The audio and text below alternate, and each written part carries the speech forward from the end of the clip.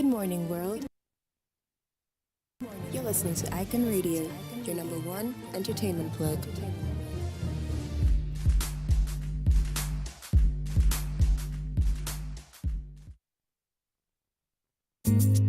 Want to come between, but I hope you're into me. I was sick like tattoo, fight like a fool. We go still do music too. I feel you, my boo. I'm rooting for you. Can you just imagine me and you like the party? So red flag is nothing. I can't explain how I feel. See, girl, you take me where I've never been. You see my love, you know you remind me. So now you be my missing vibes. No let me follow a lot. Girl, I go love you till I die. Deliver anytime you order me. Spoil you with pounds and me love you. No let me follow a lot. She say, oh my, if I ever leave, I go by. Oh my, if I ever leave, I go. She say, oh my, if I ever leave, I go by. Oh my, if I ever leave, I go. Cause if I don't feel breathe no more, now you go wait for every rain no more than now. Cause you my fantasy, show you my fantasy. This is my opportunity, anytime you need me, I gotta go on me for my clothes. So baby, no waste no time, cause me I need you today. You are see, girl, you take me where I've never been. You see my love, you know you remind me. So now you be my missing vibes. No let me follow a lot. Girl, I go love you till I die. Deliver anytime you order me. Spoil you with pounds and me love you. No let me follow a lot. She say, oh my, if I ever leave, I go by. Oh my, if I ever leave, I go. She say, oh my, if I ever leave, I go by. Oh my, if I ever leave, I go. If I ever leave, I go by. Oh, if I ever leave, I go by. Go by.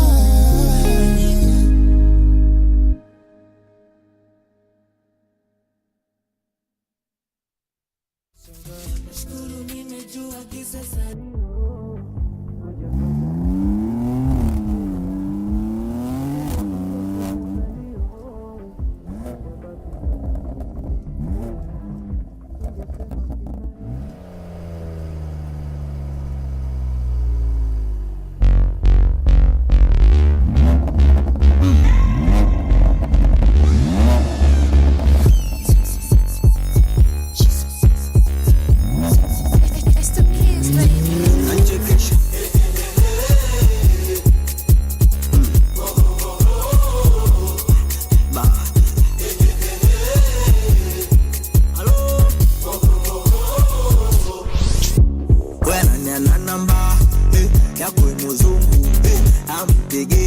Kuna mtu ana kipaji cha kuchekesha, aende akachekeshe. Mimi mtu mzima anantisha nyau, eti kosa si kosa, anasema tuachane, mimi nikamwacha. Mimi sha move on, wananiganda ganda, kala ndizi kasawa lintupi. Sisema sipati mtoto mkali, huyu vipi nanchekesha. Halo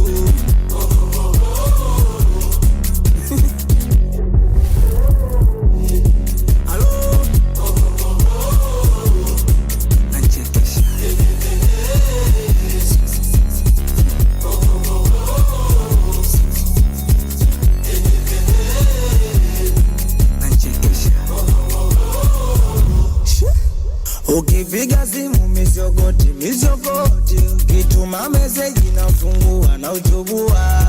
Ukipiga simu mizogoti, ukituma meseji nafungua na uchubua.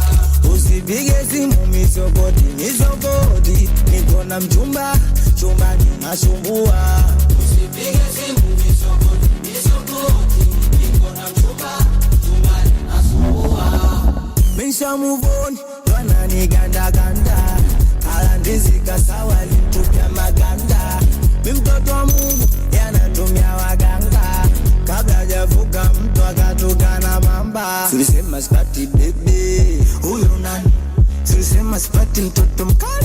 huyu vipi nanchekesha.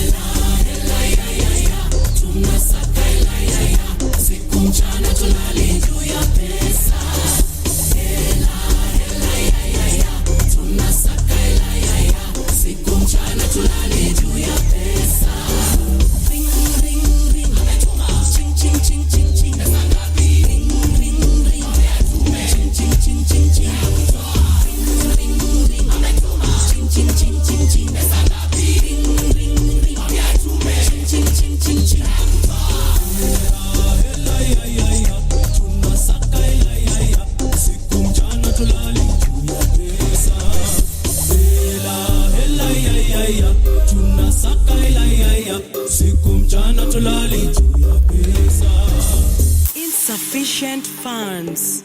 Your available balance is 50 shillings.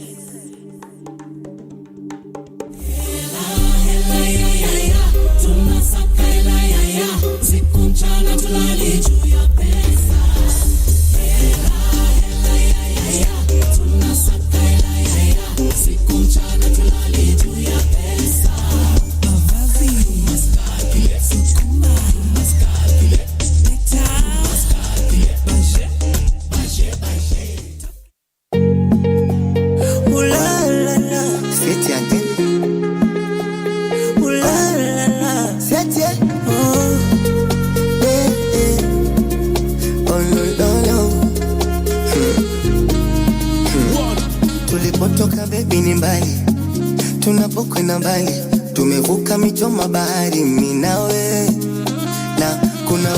so tukubali, walisema tutofika mbali, ona Mungu katupa kibali, mimi na wewe baby.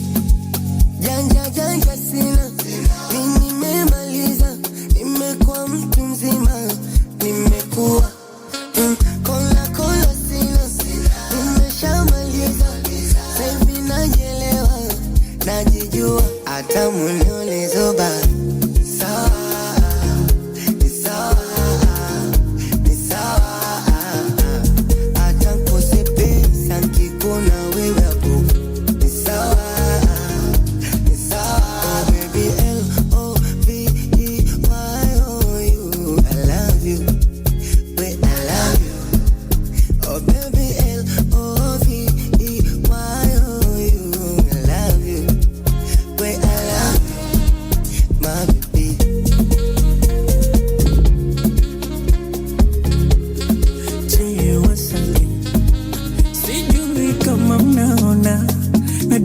Ona, najaliwa ona, penzi limenona, eti kila kona, naicheza ngoma, nabusiwa mwa, akinitaka ananita, baby, ananita, honey, ananita, sweet, ananita, akinitaka ananita, baby, ananita, honey, ananita, sweet, ananita, baby.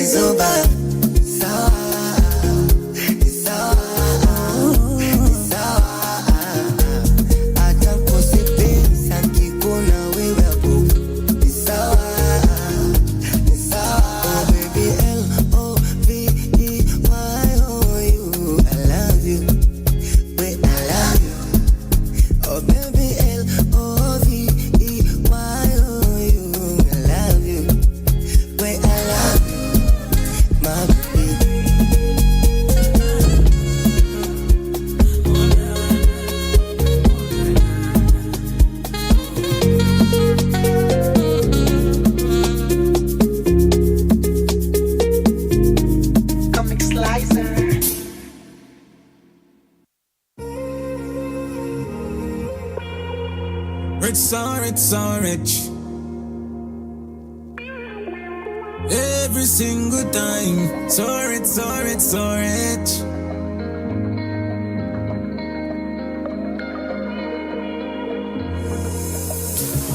So rich, so rich, so rich, so rich, so rich. Rich, so rich, so. Every single time. So rich, so rich, so. So rich, so rich, so. Girl, me forget rich. Go around the world while you fetish. Shelly don't live like the wealthiest. Press off the monkey bill and next list. Flash like Blanco, they wonder we get this. Yes, happiness money can buy. Make me tell you why. I go on my richery. Still want to pay more monetary. Me take that solitarily, yeah. Visionary. Me and your girl and the billions I will spend now with the wish I want. Liberate. Real meaning I sweep the victory and build up my history. See ya. Once big police and upskill sinting. Private islands additionally. Girl make we get rich. Go around the world while you fetish. Shelly don't live like the world is. Press off the monkey bill and next list. Flash like Blanco, they wonder we get this. Yes, happiness money can buy. Make me tell you why.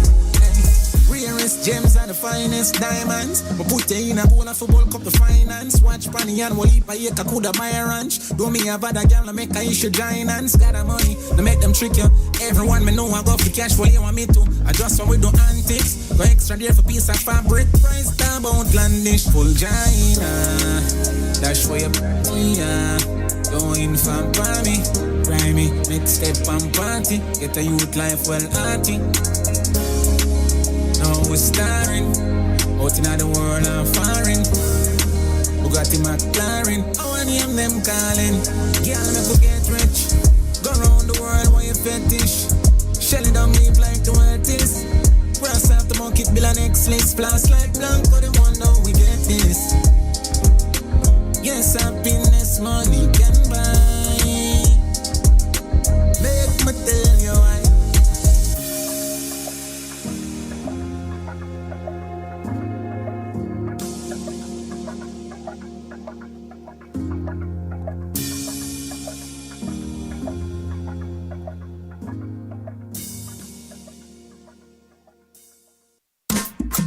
It's my soul on the big bass.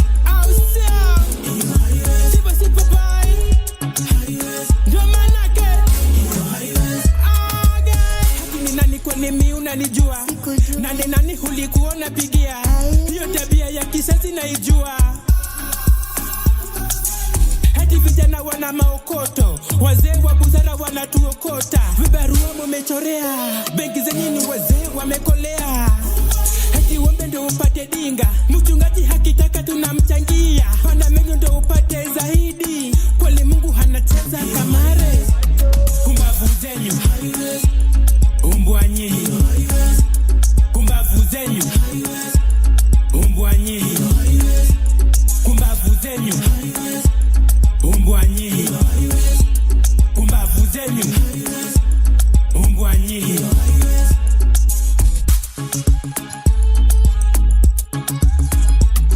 Usingoje upote, njoo kueleze. Usikunywa sana itabidi huzoe. Kuwa soba, kunywa maji ikibidi kunywa soda. Kama siya kazi wechorea, wazee ni busara sio kukutumia. Zima leta, si lazima ukiwashe fighter. Mwanaume sitafeli, itabidi hukazane. Kuanguka siku feli, heti wombe ndo upate dinga. Mchungaji hakitaka tunamchangia. Panda menyo ndo upate zaidi, kweli Mungu hanacheza kamare. Kumbavu zenyu umbwanyi, kumbavu zenyu umbwanyi, kumbavu zenyu umbwanyi, kumbavu zenyu umbwanyi.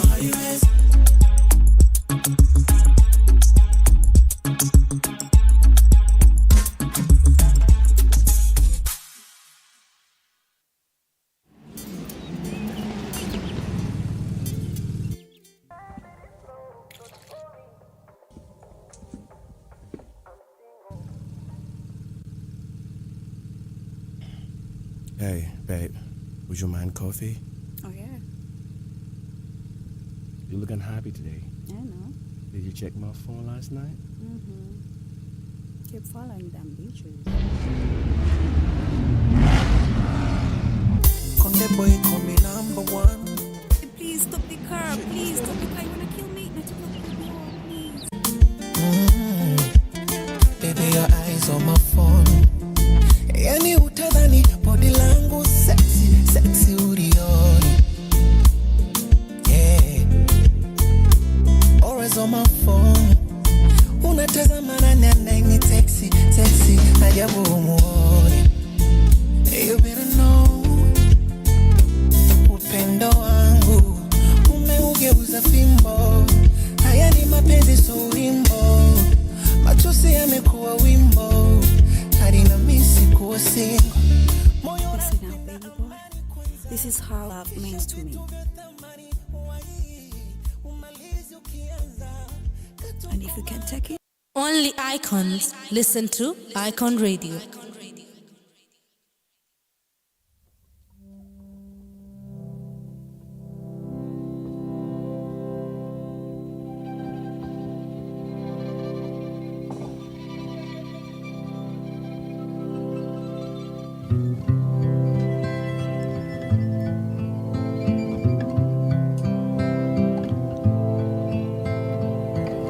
Heard there was a secret chord that David played and it pleased the Lord, but you don't really care for music, do ya?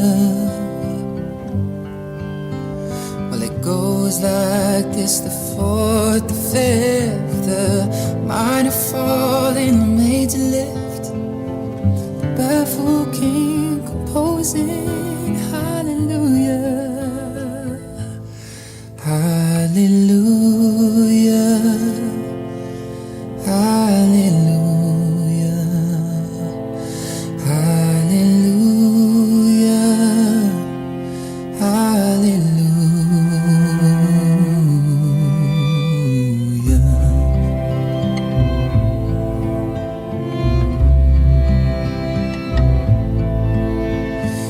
Faith was strong, but you needed proof. You saw her bathing on the roof. Her beauty in the moonlight overthrew you. She tied you to a kitchen chair. She broke your throne and she cut your hair. And from your lips she drew the hallelujah. Hallelujah, hallelujah, hallelujah, hallelujah.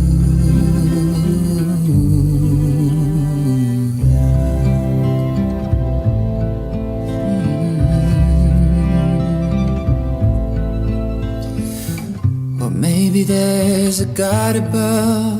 As for me, all I've ever learned from love is how to shoot somebody who outdrew you.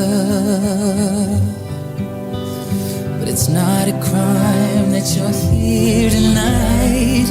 It's not some pilgrim who claims to have seen the light. It's a cold and it's a broken hallelujah.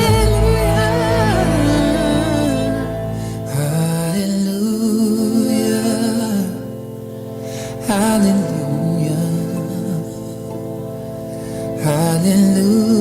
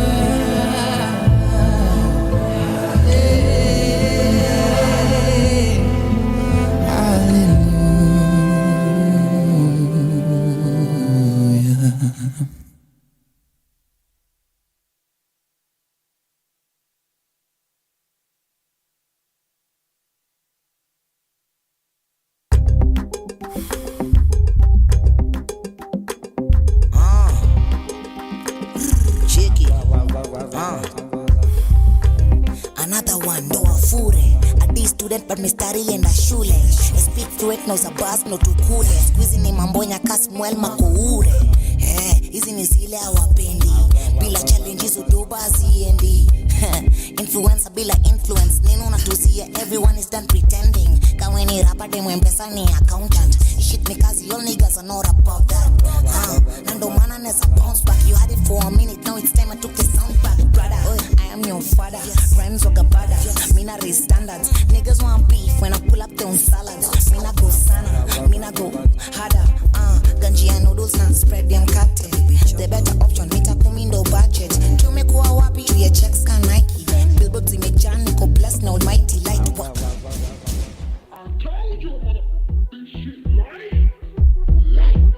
Stream music. Yeah. Jana. Trio meal. Mugs and beats. Light work. Light work. Light work. Light work. Kazi nyepesi, ngwelo na kilaita. Nasikia na dai smoke na kiwasha na babaika. Flow ni tight kakumboka ndani ya baika. Poa na ni prisa bumboke na kupalika. Na wika galubari kankizamisha tip. Makama sutra juu ya furniture na eskizia kwa ribs. Kona big energy, thick skin melanin. Fresh young nigga neza dipstick mezzanine. Be still, pressure nini flip shit na kweka chini. Buda weni bitch unafa lipstick za melanin. Riba mtani mkona shida na mimi niko kwa line kama dikla baridi. Ruka DM tu vibe tunabishana nini. Ndo niguze kiuza flow kiuza jina na mwili. Ini light work,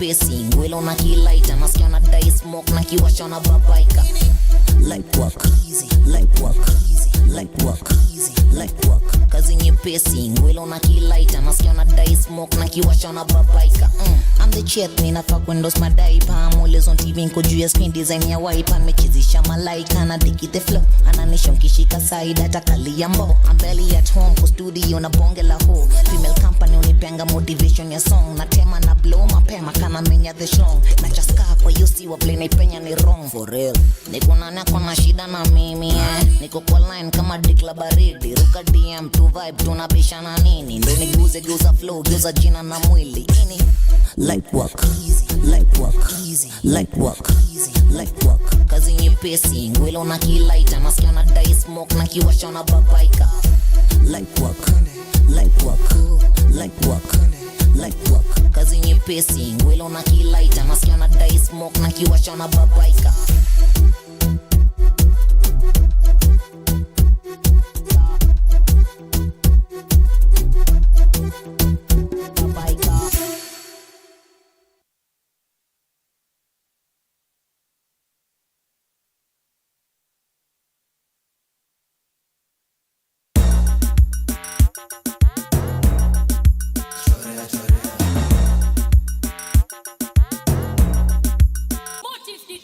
Nilipata mutu jana usiku nje ya Jemi and I'm so mavitu luna nistea we muna niskea mapenzi Ulaya Kenya biashara sema wapi next napo ndio mali na lala ukwanga na cham kitash ni mautam lafu nasikia tisikuizi kugongewa mambo ya town ilbidi nijiset na niga na request ilbidi nsare jeans to the dress not the best ukizima na chorea misi wangi kungojea miukinvulia vest the rest na jigongea utagongewa na si mayai we utagongewa na si mlango utagongewa we na si mayai utagongewa na si mlango inaongea nemenda round sana chorea kaliongea si mayai lakini kalichuya chude genje kanalipiwa kasup kakaendede kadai beef lele tumishe veve I'm not didi miti kwangu ni samoro idwa samoro kidwa samoro kuna dema na kuchocha okan gimoro sukam tomorrow hapana kukam godoro kuklap chicks ni masea giza totoro utagongewa na si mayai we utagongewa na si mlango utagongewa we na si mayai utagongewa na si mlango you didn't have to say it sababu mimi napenda magode daily ilbidi ndos kwa sell sababu mimi nakuanga loaded daily ilbidi ilbidi didi didi didi didi ilbidi didi didi didi didi ilbidi didi didi didi didi ilbidi utagongewa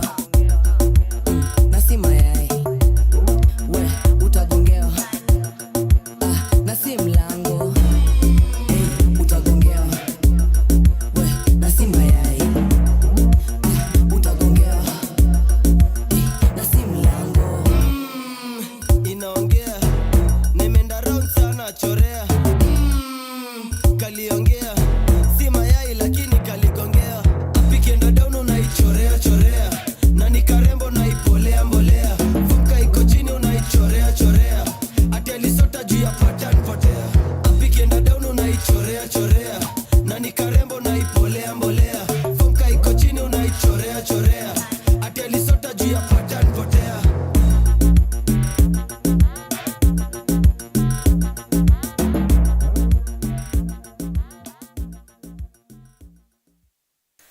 Well, well, well.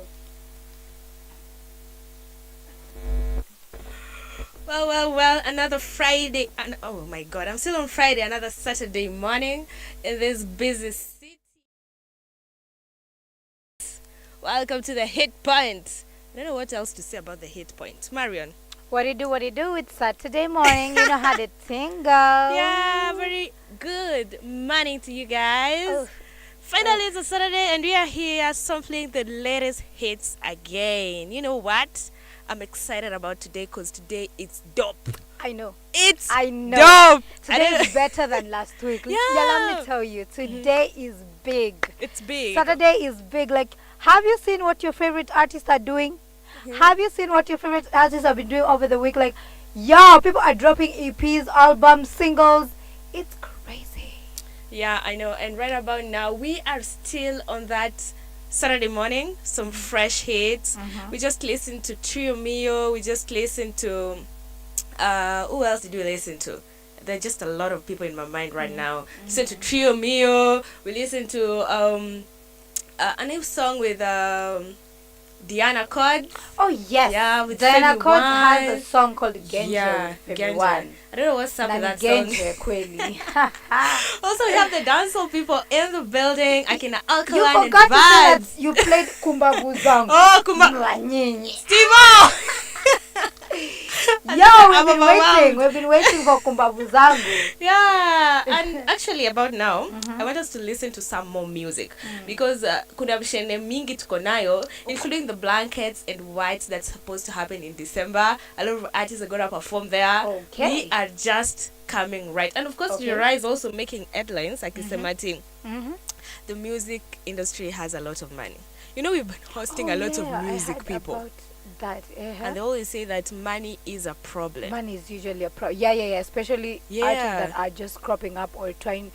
Even some artists who are Mulisikia Kida Simple Boy wakisema the same thing. Like, money. I've been here in the industry for a while, but I'm not getting my paycheck. Like, it's not cutting it. It's not cutting it. Amesema pesa ziko. Pesa ziko kwa wingi. We'll dive a little bit into that. And right about now, we are tuned in. You are tuned in to Icon Radio KE, your number one entertainment plug. And of course, we are live on YouTube, Icon Radio KE, and of course on our website at www.iconradio.co.ke. You can hit us up. You can also tell us which music you want to listen to. New tracks though. This is about freshest of the freshest beats, you know? Yeah, you're updating that playlist. You think that, we played so much of this artist, my favorite artist. This is why you get to listen. Actually, there is no better show than Hit Point. Yeah. Why? Because you get to choose your playlist. Yeah. Like what radio gives you a chance to create the playlist? Push. You give us. Yeah. You have to listen to what you want to hear. And of course, you have a chance to also sample them. Then you're like, who produced it? Yeah. What's happened? And then give us the, what do you call it? Your insight in the music industry or a particular artist. Like if you feel like, okay, let's talk about Lamar. Who's Lamar? Where did he begin? His music type is this, This is what I think about him versus Drake. This is what I think about him. This is the platform to just tell us what you think about the artist and music in general. Yeah. So right about now, we're gonna take that short musical break. Coming right up, we have Thames Turn Me Up. You know what? No. I can't wait to talk about that for sure. We also have Sweetie. Sweetie has actually so witty. Yeah. It's Christmas season, you guys. I want you for Christmas. It is festive season. What are you telling your man? I want you for Christmas. Exactly. And let's take this short musical break. Then when we're back, we're gonna dive a little more into more of that gossip. Stay tuned. So let me tell you something. We still have that problem. Oh my God.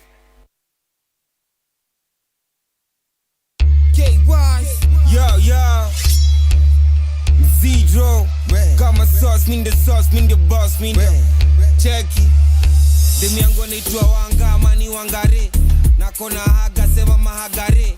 Uko serious na sitko trending. Ujajua kwa nini kumbe ni ufalare. Twende mapangale kila mtu ko parade. Twende mapangale kila mtu ko parade. Twende mapangale kila mtu ko parade. Twende mapangale kila mtu ko parade. Twende heavily vile umezibeba ndani ya see-through. Wine and coach chini big tune. Sherehe tunapiga niko na kitu. Nimetinga kikolo ikini changu mina wetu. dance fanya style deadly, si lazima kwa bedroom tuanzie sito. Goosebumps na jokishani cheki unataka black man kipas kwanza kakimewaka. Wanadhani kimisi lava guy, najua pia wanadai wanabonganga sana kwangu stini kama lullaby. Ni juu ya shughuli usinishuku, walinicheki wapi hiyo ni uongo mtupu. Mapangale, mapangale, mapangale, kila mtu ko parade twende. Mapangale, mapangale, mapangale, kila mtu ko parade twende. Mapangale, mapangale, mapangale, kila mtu ko parade twende. Mapangale, mapangale, mapangale, kila mtu ko parade. Nafanya moves za bongi lakini mwili nasonga ana shake. Habadi vile biti nagonga na nikana jua ile kitu anadai shakuwa rada safi na bado si uchafua. Paulina, Paulina, Paulina, ebu cheza kwa maringo tukuone. Say bam chigicha, chigicha, chigicha, ebu cheza kwa maringo. Anani madana looks, msha kidogo rangi nile hali ya juu. Shore ameiva na nikalia tu, ajatumia lamin kametokea juu. Ametokea juu, ametokea juu. Mapangale, mapangale, mapangale, kila mtu ko parade twende. Mapangale, mapangale, mapangale, kila mtu ko parade twende. Mapangale, mapangale, mapangale, kila mtu ko parade twende. Mapangale, mapangale, mapangale, kila mtu ko parade twende.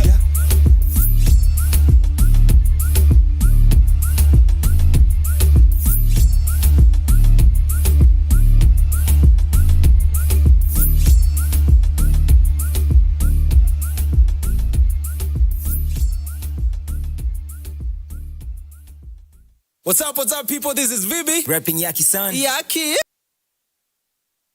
And you're listening to Icon Radio, your number one entertainment plug.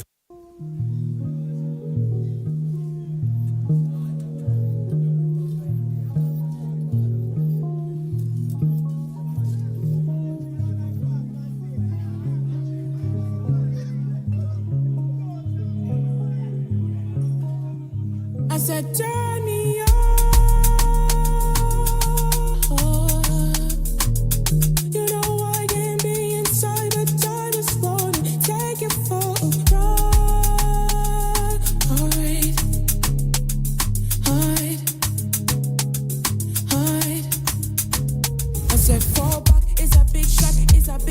Fall back, it's a rim shot. Need a big stack. Fall back, it's a big back. Causing big shock. Fall back, it's a headshot. A celebration, liberation for the nation. Conversation, but in moderation. Need some patience, need some patience. No peace for the generation. They have us living in hallucinations. Don't wanna put us in the right direction. Don't wanna give us all the right affection. Baby, I should love you, but I really don't want to. What you do with that depends on you. Cause I'm only here to inform you. I said turn me on. You know I can be inside, but I just wanna take you for a ride.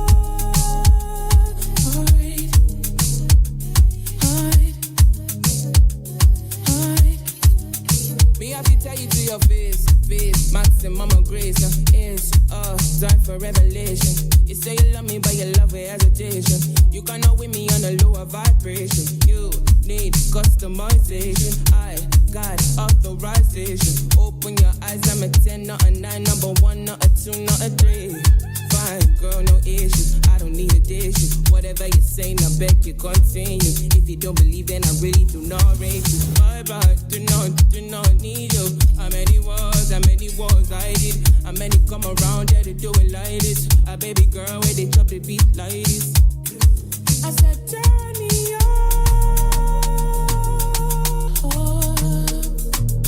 You know I can be inside, but I just wanna take you for a ride. Alright,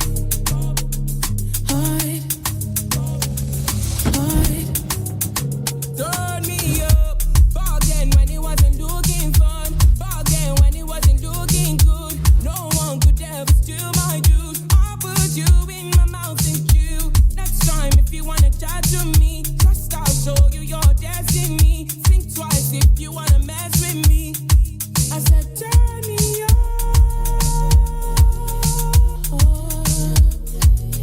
You know I can be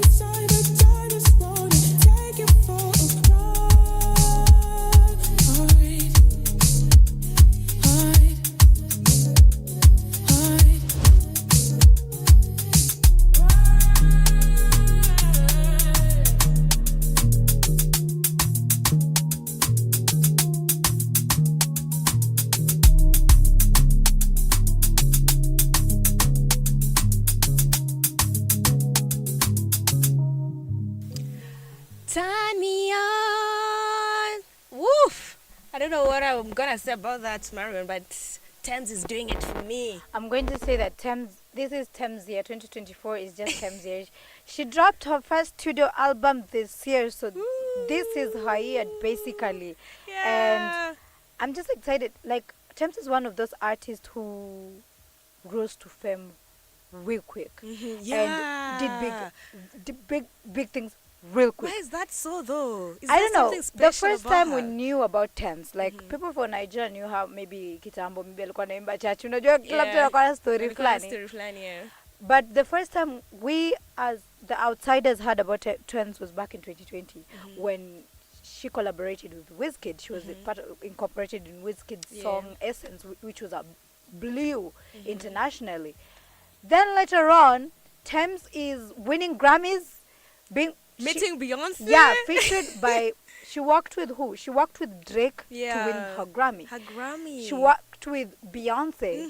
She worked with Rihanna in the Wakanda video. The Wakanda song. What was it called? Lift Me Up. Lift Me Up. She was one of the songwriters of Lift Me Up, and she also put her vocals in the song. So Thames is one of those artists that you wanna, she's Her Highness of Africa representing, and she won as the best melodious act, and even Lift Me Up won several acts, including a Grammy award. Like, Thames has been doing her things. Like, who does that in such a short period? I love Thames. She's just such a natural, talented person who knew what she went straight for. Yani, have you ever seen those musicians who like just go straight to what they want? Like, she just hit the jackpot right on it. You know, it was so surprising, the White Party. All of a sudden, Thames is rolling with Beyonce. Yani, the G's of the music. Yeah, she's doing her thing, and her voice is everything. Yeah, incredible. Because it's, even if you listen to a song like Turn Me On. Yeah, Turn Me Up. You'd hear different sounds, like first it's soprano, deep voice, like she's taking you don't know what to expect in this song, basically. And she's here, she's there, the visuals are crazy, and she's showing you her versatility in terms of, I can do a lot of things with my voice. And I feel like she can rap real good. You think so? I think so. I think she should rap. She should try it out. The rapper. Please. I think she should try it out, because I feel like her voice got the energy, and rap needs like a strong, a deep voice. Really? Yeah, she can when do I see it. Thames, she reminds me of her icon is Rihanna. Thames grew up listening to Rihanna, Beyonce. So working with these people, this explains it. For sure. These are the people she grew up listening to, and she's now working with them. She's now top of the game with them, sitting together with them. She's at the same. We saw her last month with Lewis Hamilton for the Mercedes thing, and Thames is that chick. She is that chick. She's the it chick. She represents Africa in the global platform. And knowing in such a short time she's able to do this, people describe her voice as unique, Yeah. And other people from other countries like UK, and, she has been having sold out concert. They term her voice as really something unique. A unique sound to the ears. And that's why she's doing such an amazing job. She dropped her first EP in 2020, blew up. She did the No Woman, No Cry remix for Wakanda. Blew up. I mean, everything she touches turns into gold. That's what I can say. A natural talent. Yeah, for sure. Guys, welcome. This is a hit point, getting you on the morning drive this Saturday morning. And of course, you're live on YouTube at iconradioke, and of course on our radio platform www.iconradio.co.ke. And my WhatsApp number is, I always forget to mention this WhatsApp number. You need to mention. People can be sending their tunes here, blessing us up. Of If you course. want to bless us up. Just down your screen. The shorties need the money for sure. What's the number? 0788380030. That's my WhatsApp number. Hit us up. And of course, our headline today is does music has a lot of money? Because this is followed up by an interview with Njerae. I don't know if I can play that interview here. Let me just see.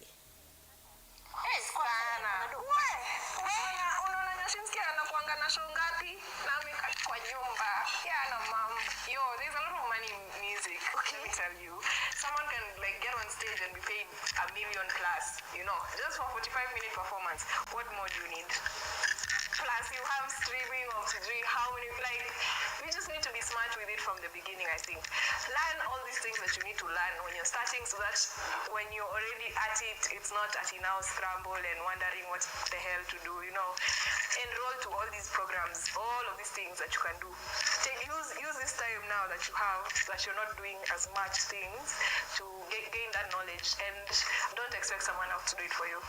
Don't go at it thinking that I just find someone, yeah.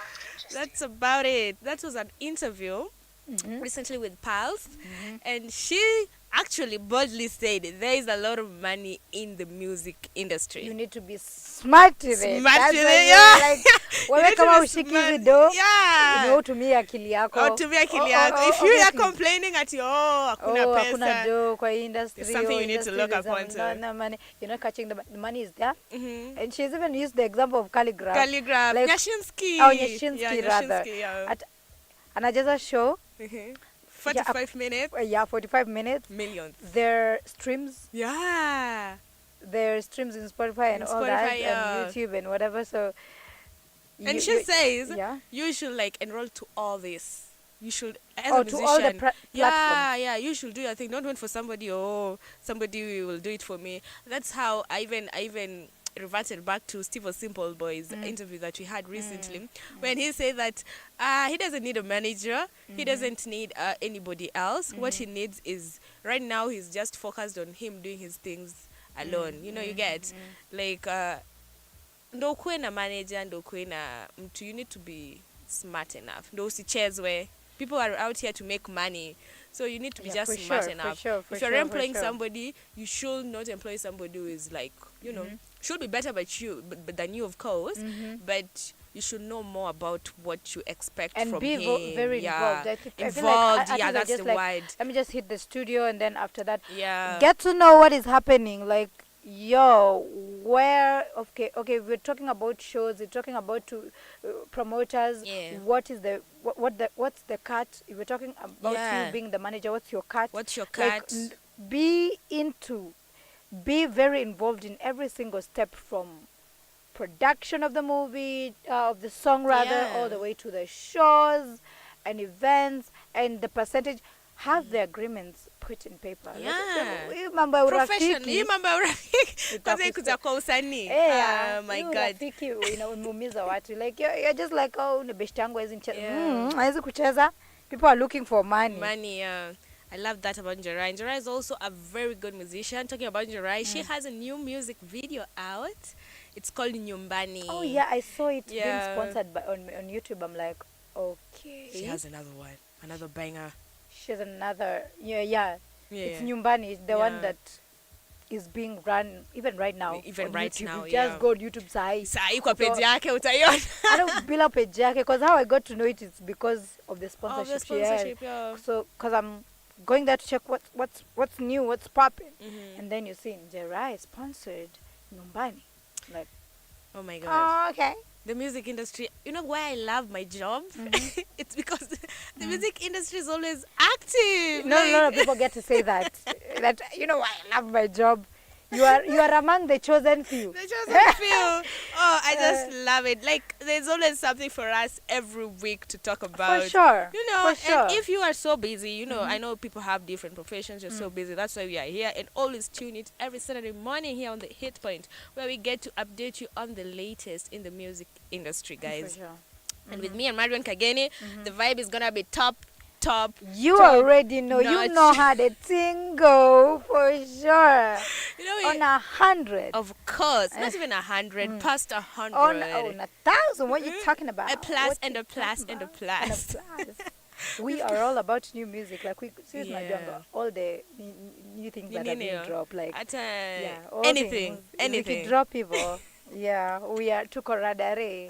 Let's go to Jamaica. We have Vibes Cartel and Alkaline who dropped the new singles. You know, Vibes has been Yeah, that's what I was about to tell you. The world boss. Yani alikuwa mimi naona alikuwa amengoja tu hivi kutoka. He hasn't wasted any time. He hasn't wasted any time. Unajua nadhani people should go dropping after dropping. He has Comet. He has Good Like Jesus. And right now he has the new song. It's called Cloudy, right? Yo, Vibes Cartel has been waiting for this moment for his entire life. Now we need an album. I was telling my brother this. I was telling my brother, say, okay, bash, we get to Vibes Cartel at pull up. And he was supposed to come to the country, by the way, next year. Yeah, he's coming to Kenya.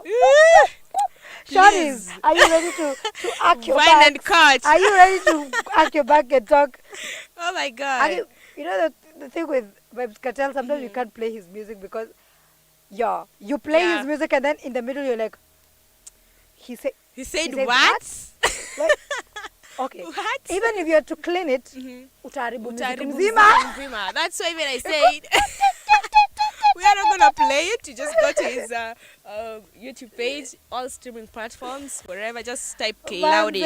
Wild boss, you know how the thing go like that. That's a goat. Like Vibes Cartel is that artist, you know. Vibes Cartel from summertime era, like boy amekuwa kitupatia some really big bangers.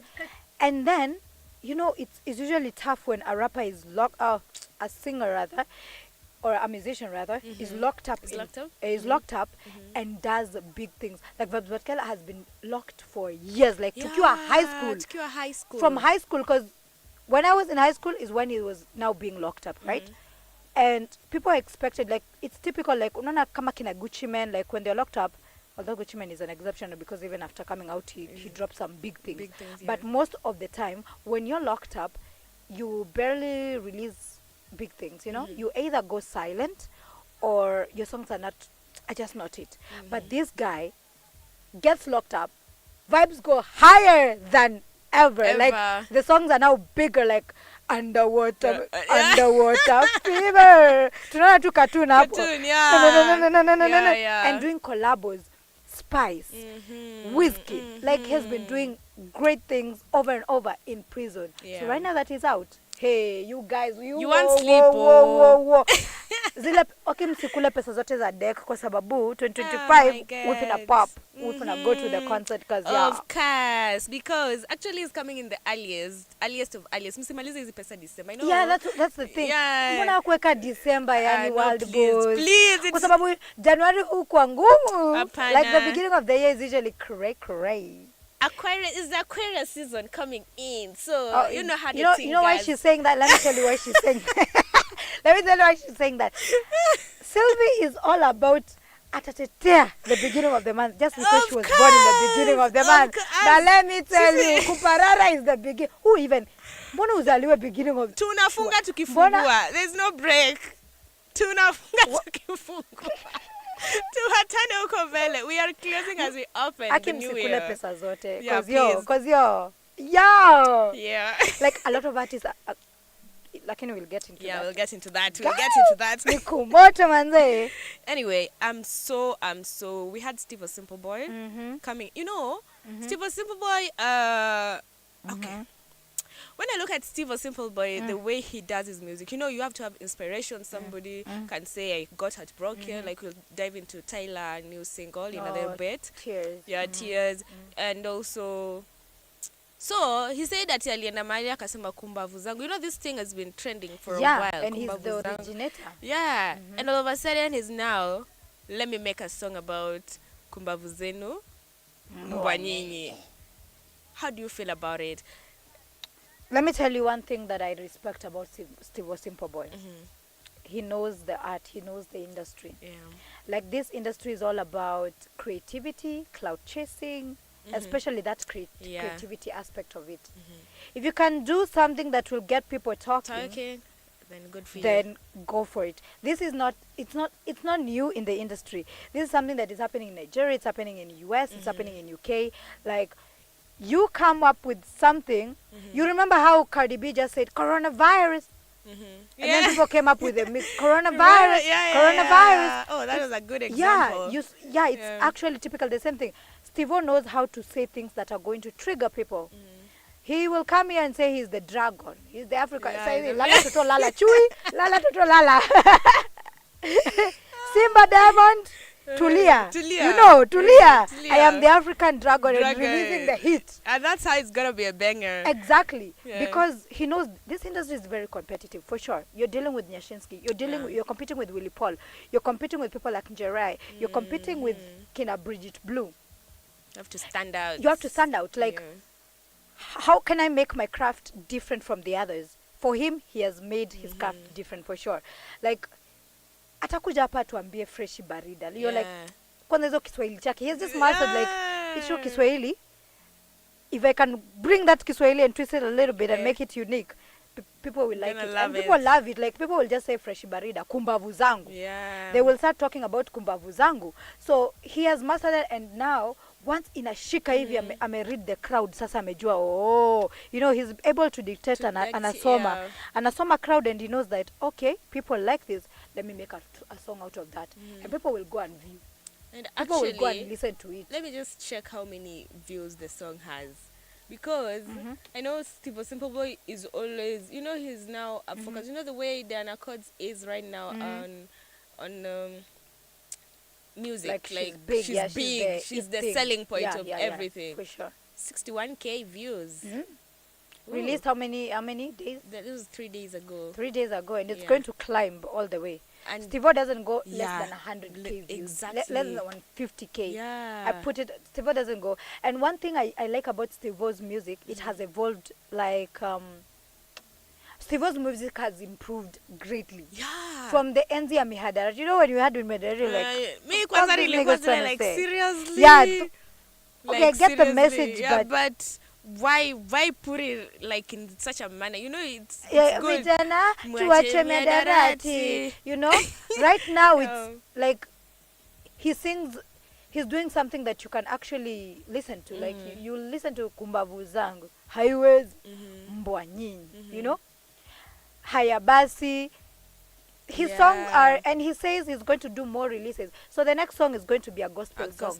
So we're expecting gospel song. He says he's looking for someone who can put the vocals in the music. So it's going to give a throwback. I remember after Mihadarati, he did a gospel song, right? And it blew when he was at Made in Kibera Bado. He did also a gospel song, brought a Chile. The Chile put her vocals there, and then they did something big. So I'm typically expecting something better than that, because Steve-O has improved in his craft, and then putting a shorty to do the vocals and just giving us that gospel. He is actually a very, he's a what do you call it? What do you call him? He's a Christian, like he's what do you call it? Mtu ameokoka kiasi. Christian. He's a Christian, like si kuokoka as such, but he's a religious person deep inside. Deep inside, he's a religious. Like, Steve-O knows what he's doing in the industry, and I hope to jipe. And right now that he made a move to now go without the manager, I feel like this is it for him, because a lot of people have been playing with Steve-O's money. Steve-O has been controversial. Steve-O has been doing some controversial things, music. His fashion is controversial, and that's what art is all about, actually. Like, if you can be able to pull that, do you. Not everyone can do that, because some people are just like, the selling point is music. Like, you wouldn't expect Nyashinsky to do the same thing. He's all about listen to the lyrics. The lyrical flow is amazing. You wouldn't listen expect to the beef, listen to the everything. Beef. Yeah, same with the calligraph, Kina Bridget Blue, listen to the vocals, all of that. Wana vocali, vocals, But for Steve-O Simple Boy, he wants to be different. He wants to stand out. And for him, controversy in terms of artistic, let me call it properly, because controversy looks like something bad. Yeah, it does. It looks like something bad. And cloud chasing. He said he stopped cloud chasing. Because he was by the way. He was. For sure. They used to cloud chase with Kina Pretty Vichy. And he reached a place where he's just like, okay, like, I'm done with this stuff. So right now he says that I'm not cloud chasing, I'm just going to do something unique. And for sure, he's doing something unique. Like, like him or not, Steve-O is making a statement. Yeah, in he's the still the industry. real African dragon. Dragon.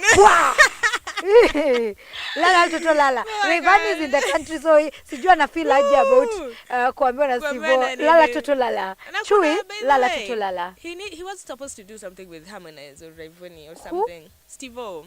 Oh, yeah. They were supposed to do something with Harmonize. Harmonize, kulenaje brother? Brother, what? I hope Steve-O atakuslam hapa, atasema what's the code? Harmonize no bad boy. Harmonize ni anajitangaje? Konde boy. Lala tutilala. Pumzika. Konde boy.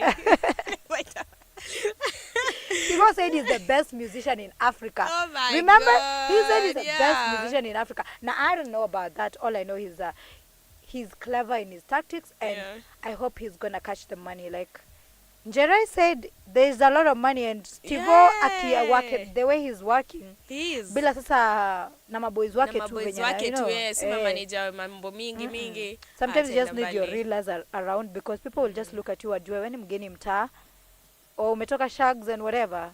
But Steve-O has money. You saw the shoes he wore at the last interview. Yeah, of course in fashion Steve-O stands out kills for sure. it. Steve-O is okay. It's funny. It's unique. It's unique. Yeah. Cause what? Did you see the outfit of Dragon? Steve-O. Hizo manyoya zote. Imagine. Animal rights wa kushike wewe. Suti. Yeah. Na the headgear. Ni kama zile vitu za Limuru. Unajua zile Limuru kuna kwa na tukondol ukipita ukienda Naivasha ama Nakuru. Zinakuwa zimehangiwa hapo. Steve-O akasema nataka hiyo. Leta hiyo. I am the king of Zamuda, the African dragon. Leta nivae kofia. Na munipati Steve-O. Like you know one thing about Steve-O? I can't wait to see what he's up to next. He's up to like next, after this. Yeah. Like we're always like, okay, you think it's over? Wait for it. And I could drop. Yeah, that's Steve-O. And I love it. Steve-O, keep up. And shout out to his fashion. I don't know what the goal is with his fashion, but I hope this is a goal. Yeah, he said his fashion is now his statement. And for sure it's his statement. Like, you saw how he came to the studio na nusu kipara. I'm like, Steve-O, nywele ilienda wapi? Bro, kwa nini uko na Kibaki style? What's happening here? Steve-O will put rastas. Steve-O will put fade. Fade, yo. Steve-O will put a pink dye even. The beards and whatever. So I don't know what to expect next, and that's the interesting part of Steve-O. You don't know what next to expect. Ujui kani moho katakuja nayo next time. Ujui kama atavaa kondo. Ujui atavaa nini. Mbwa nyinyi kama amtambui. Kama utambui Steve-O sipo boy. Kumbavu zenyu. Mbwa nyinyi. Love it. Anyway, guys, you can hit me up on WhatsApp number 0788380030, and of course you are live on YouTube with this exciting conversation with my lovely host Marion Kageni. Social media platform Marion, where they can find you? Of course, it's at Marion Kageni on Instagram, Facebook, and TikTok. Shoriwa Sports is how they know me, and just let us catch up. Let us catch up and just interact. Yeah. And for me, it's the real Sylvy period on Insta, guys. So all social media platform iconradioke. Now, moving on. Before we take a musical segment break, we listen to these new jams and bangers. We have Swiri coming in with a Christmas vibe. Yeah. So Sweetie is she's growing in the industry. She's really growing. I feel like people, when they first heard of Sweetie, everybody is just like Quavo's chick, you know, Quavo's chick. She's the icy queen, and she's now making a statement like I'm now an artist and I want to be recognized as an artist, and she's elevating her craft as a rapper. She's making music for the pretty girls, you know, the pretty girls, summer music. She's always making summer vibes, like ooh, got a nanny, the singing that body, like. It's always something that you want to listen to. I mean, you will be like, feel good listening to it. Feel good music, yeah. Like, she's not a hardcore rapper. She's not a hardcore rapper for sure. Because a thing about rap is, as much as it's usually gangster rap and all that, sometimes you want to give some people something that is versatile, or something that is they can listen, like pop. So for her, it's, I feel like her music is a touch of trap and pop. You see how Doja Cat used to do it, or does it. But Sweetie doesn't sing though. It doesn't sing, but sometimes she puts her vocal, like in Nani she put her vocals there. Nani. Yeah. She puts her vocals, but it's not about her vocals. It's just that it's some summer vibe, and she always releases thing of a thing, you know. Every month expect something from Sawiti. You know, I've been wondering. She's grown as an artist. Yeah, for sure. I think she's rich.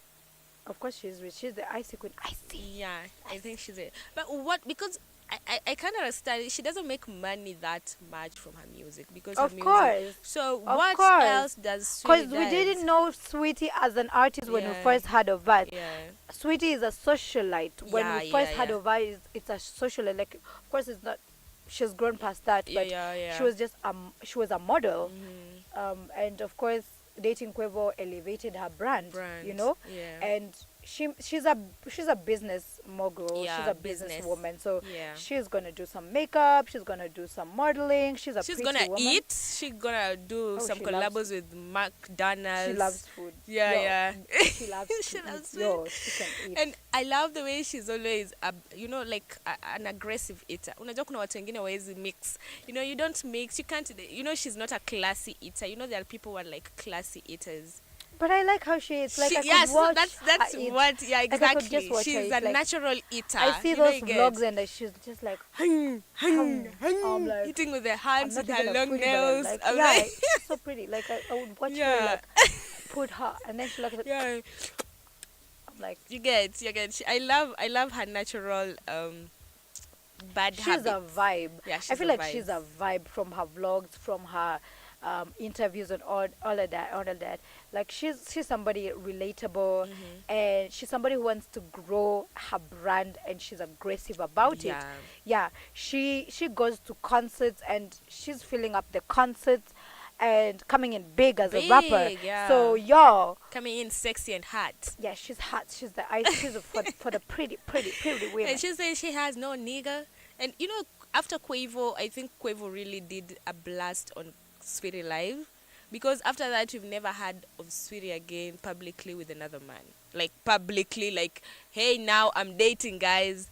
Yeah, like, I'm dating. I've never heard of a man. She's single, but she has. I think she has. I don't think she has a man though. She doesn't. Yeah, she has. Of course, she has. She has. Because she has someone, but now but she not doesn't. in that level. Yeah, it was so much control. The whole Quavo thing was so controversial. And right now, you know, as much as she doesn't want us to put her to always talk about Quavo when we're mentioning her, it's how we got to know her. You know, like, we got to know her through Quavo. Nikama, not saying Brown Mauzo and Vera Sidika, like they were an item. We have to talk about you guys because we knew you guys because you know, we knew. Okay, Sawiti rather, she was in the industry, right? Yeah, she was actually a socialite, and she was a celebrity in her campus. Like, she has been a popular girl since she was a young person. But you can't deny the fact that dating Quavo elevated her brand. Like, we now became even the new global crowd that didn't know Sweetie, like they now knew, oh, Sweetie, okay, who is she? Quavo's girlfriend. So you can't separate the two. And the breakup was so nasty that we still talk about it to date. And you know, and even Chris Brown used it in the diss track that he made against Quavo. He said like, yeah, he didn't like mention Sweetie, but he said, I tapped Quavo's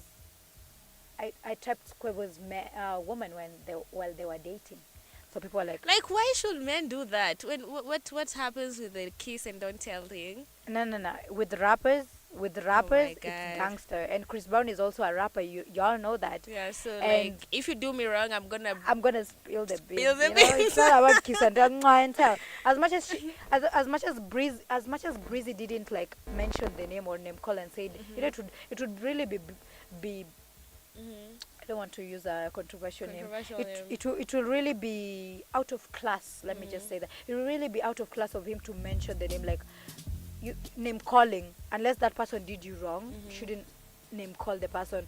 But he just said, I tapped your girl when you were dating, so y'all can guess whoever it is. So people are like, it's definitely Sweetie, because because she's the chick. And he's the one he was so public with, like it was in the public, in the open, that he's dating this chick. So but anyway, for me, I feel like people should now view Sweetie past Quavo now. Exactly. Like past that era. And like, I know actually, she's just but a girl who fell in love with Quavo, because actually when I was doing my research on her and how they became dating, Quavo came onto her. And she didn't go to Quavo for the money or for the whatever, of course for the fame maybe, because actually she was driving a Lambo on their first date. Even Quavo was surprised, like, oh, you have your car, can I, you know that vibe. Yeah, exactly. That vibe for I'm a boss, like I'm a BT boss, head, you know, and now BT meeting you you, know. then now treat me like a boss, BT head. Then how are you gonna make this work? You get, because she has been popular from way back then. But anyway, mambo ya watu wawili atusemi. Anyway, good luck to watu wawili kwa duve moja. Chana nayo. Oi. Okay. I never trust the public with what mambo ya watu wawili.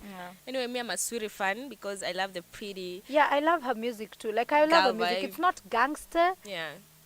But I like it. Like as the women, vibe as soft girls, sometimes we don't need to go all class. You just need the like, nails, they the say makeup. Like, oh, right, like a BMX. No, nigga, trying to be my ex. Like, you're going so hard on me. Like, name calling. Sometimes nobody you just gonna need to, fuck with me. I'm that. Sometimes you just need take to a chill pill. and be a pretty woman. Sweetie said, go for the nigga with the money. Yeah, exactly. So go you can sit with down the pretty, money. just do your Just nails. do your nails. Look pretty. Hydrate, eat, Be healthy and go whatnot. to Maldives, Yeah, just Sweetie is all about money, luxury, and soft life. And I feel like she tried love, but for her, she wants a guy with money. Why ukikuja ukiwa umeanguka kidogo kimfuko? Doesn't want a guy with money. We all do. Hey, msiseme ati nili. Hapana. Kujua sahi kwa dear madam.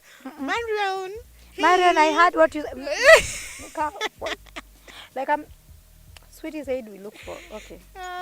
Anyway, we have to go to that musical break because I feel like we need to listen to some more music. We need to give our viewers some more updated music. Yeah, and I feel, guys, let me interrupt this. I feel like we should let Sylvie do the Mapangale challenge. Don't you think we should Mapangale? Sylvie, we should teach Sylvie Mapangale. Like, Is it easy though, senior? Unaona venye nafanya? Ni hivyo nitakuonyesha during the break. Okay, so guys stay tuned because leo najua wapangale. Shout out to Stewart David saying, hey ladies, we're locked in and we love you because we're locked in. You know. You know how the thing goes. You know how the thing goes.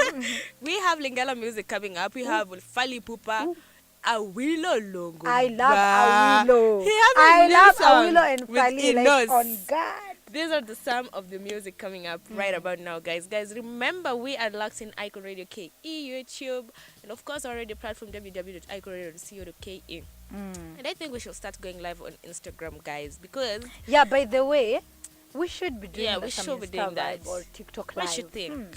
TikTok, kwanza nikisema tu, send roses. Send roses. Tap the screen. Tap the screen. Hapa ninaanza kudrive ka Lamborghini pole. Nashtua hii mtaa. Mombasa road mzima inaniangalia like, who's that? Like, let's listen to some music, guys. Then we'll be back.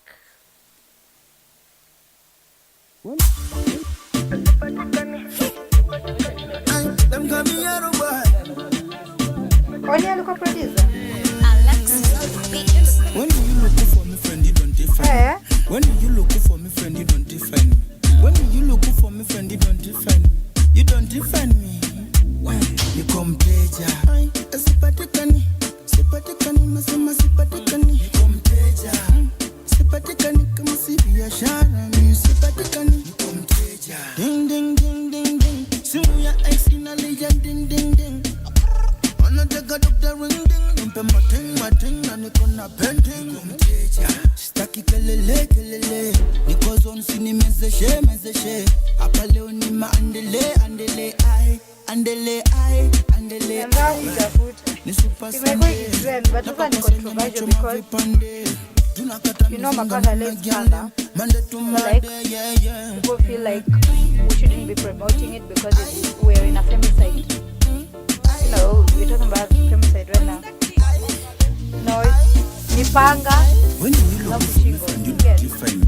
When you look for me, friend, you don't define me. When you look for me, friend, you don't define me. You don't define me. Nikom. Sipatikani, sipatikani, nasema sipatikani. Nikom teja. Sipatikani kama si biashara, mimi sipatikani. Nikom teja. Niko business. The best biz is minding my business. Kama ubongi mula nisha lose interest. Dance on la miadinga.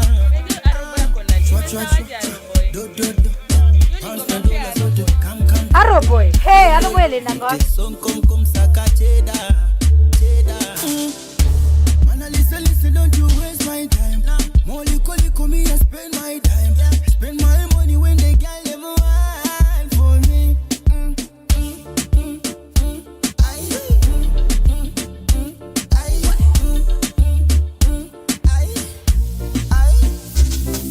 When you look for me, friend, you don't define me. When you look for me, friend, you don't define me. When you look for me, friend, you don't define me. You don't define me. Nikom teja. Sipatikani, nasema sipatikani. Nikom teja. Sipatikani kama si biashara, mimi sipatikani. Nikom teja. Nikom teja. Nikom teja.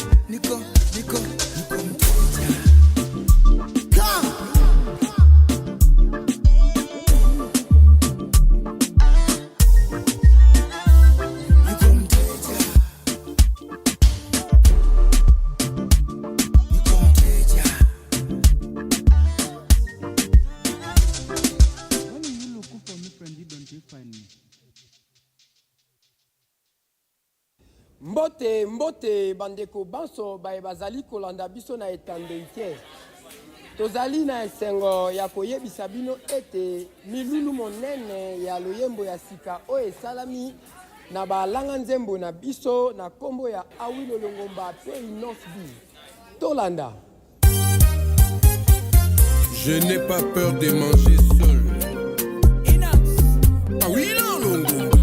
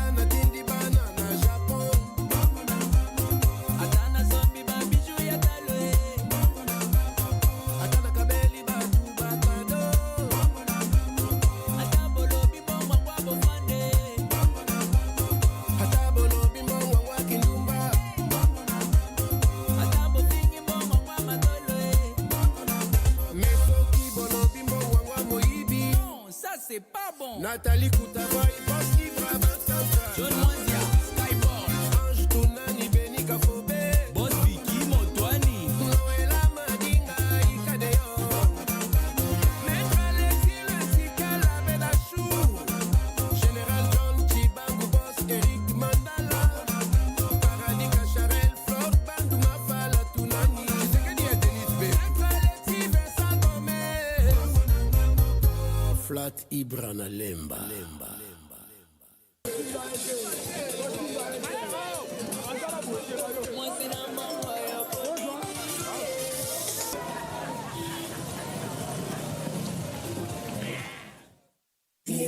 Nimekubali kuwa na yeye, tufike mbali, mimi na yeye. Wow. Star big boy. Anaponishika napagawa, naburudika, hapo sawa, na mwisho nafika bila dawa, ni uhakika, hapo sawa. Alot, nimeambiwa napendwa, kila kitu uhakika, basi naringa. Nikideka nanyonyesha, kila kitu uhakika, nanenepa. Napenda, sina mwingine anajua, amini niko na yeye tu. Napenda, sina mwingine anajua, amini niko na yeye tu. Nimekubali kuwa na yeye, tufike mbali, mimi na yeye. Nimekubali kuwa na yeye, tufike mbali, mimi na yeye. Oh, na, na. Baby kwako mi ndipo nilipo, kuhusu mapenzi ni jukumu lako, maana kwako mi ndipo nilipo, kuhusu mapenzi ni kiponde wako. Ati najiona mbali na wewe, usiunguze picha, mi wako ntadili na wewe, ndo wangu wa future. Oya nainua bangu, I'm not single, kiniona na mtu ndio na shoot wimbo, na post Insta ama uko TikTok. Oya nainua bangu, I'm not single, kiniona na mtu ndio na shoot wimbo, na post Insta ama uko TikTok. Kwenye moyo wangu napendwa, sina mwingine anajua, mi niko na yeye tu. Napendwa, sina mwingine anajua, mi niko na yeye tu. Nimekubali kuwa na yeye, tufike mbali, mimi na yeye. Nimekubali kuwa na yeye, tufike mbali, mimi na yeye. Take 5 now.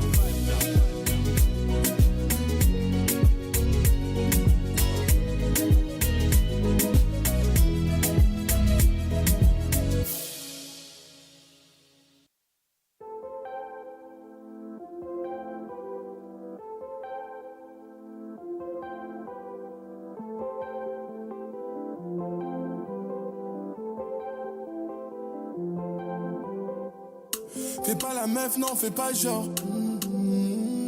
On fera nos bails même en soum-soum. Ton amour me donne du courage. Je peux me jeter dans le vide même sans parachute. Y'a que l'osé qui me soulage. Faut que je fasse le tri, y'a trop de parasites. Ça fait mal quand on parle de nous au passé. cassé. J'ai les clés du Range Rover, je sais que t'es fâché. Tu m'as mis accroché nos sentiments, les dents cassées. Je fais le ménage dans ta vie, moi, pour pas que t'aies tout cassé. J'ai tellement fait ainsi, tu savais. Quand je m'approche, tu disparais. Ma vie sans toi a des limites. Tu sais bien que nous deux c'est la vie et la mort. Oh là là, oh là là. Oh là là, oh là là. Oh là là, oh là là. J'ai plus rien à prouver, pourquoi te dire je t'aime. Oh là là, oh là là. Oh là là, oh là là. Oh là là, oh là là. Tu sais bien que nous deux c'est la vie et la mort. Fali a trop de femmes, même une parle de fonder une famille. Même si les roses ont fané, on fera pousser des palmiers. Bébé Tokutani, Miso Ngana Mutuka. Beaucoup de place dans mon cœur, mais une place dans ma Mutuka. C'est toi dans tous les cas, laisse-moi t'aimer dans tous les sens. Quand tu veux, on remet ça. Je peux dire je t'aime dans toutes les langues. Je changerai pas dans tous les cas. À la couronne, c'est toi ma reine. Personne te fera un coup d'état. Jaja, yeah. J'ai tellement fait ainsi, tu savais. Quand je m'approche, tu disparais. Ma vie sans toi a des limites. Tu sais bien que nous deux c'est la vie et la mort. Oh là là, oh là là. Oh là là, oh là là.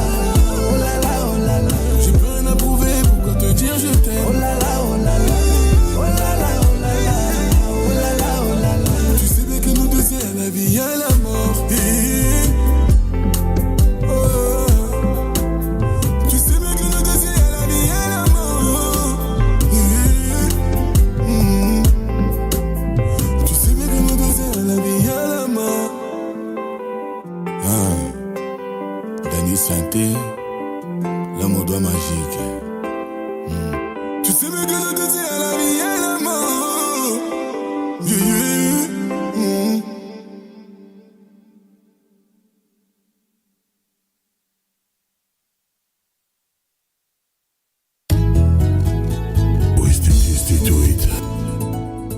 Ici DJ Mopao, Ezala Kanamou. Transformation, Ninele Mouama. Tetengana matina zokoko kitate. Tetengana matina zolingo kitate. Elengi aba fruit nango eza kokola chaque instant. Ezala bambo me utina mo pe pas plaisir.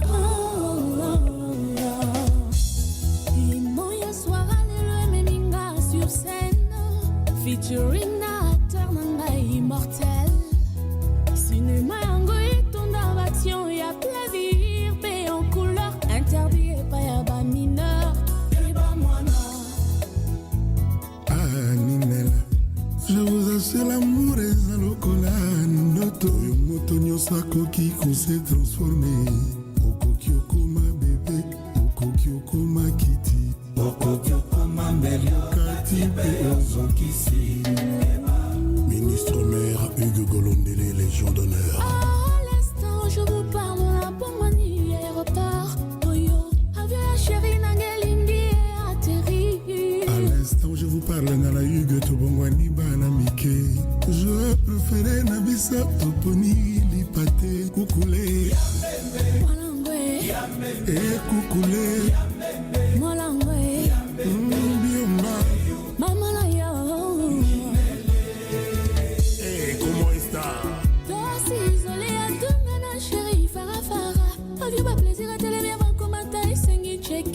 Chérie, abandio checking, nzoto mobimba plaisir. Regarde na ye na nzoto nanga motivenga. Force ya ba parole na ye le cœur ya bulldozer. Charisme na ye neti kaka dominenga na gangi. Alexis Vincent Gomez. Aïe aïe aïe aïe, force à l'amour. Aïe aïe aïe aïe aïe. Les cas bonbon. Atavam voulait les qui. Les oscillateurs. Ataba bambiki bota. Eza génial. Hanga soki nazola ki téléphone pliable. Le chéri a tinga na ba unité ya résonance. Communication elenge chéri kokatate. Del Pirlo. Betaka masolo to solo la masolo. Betaka masolo to solo la masolo. Betaka solo chanteuse de chorale à bolingo. Koeme sengi micro pour nos sala capella. Oui, mais pesa kaba frisson paye ma sensation. Zembo bo pikiliki. Richard Kissi.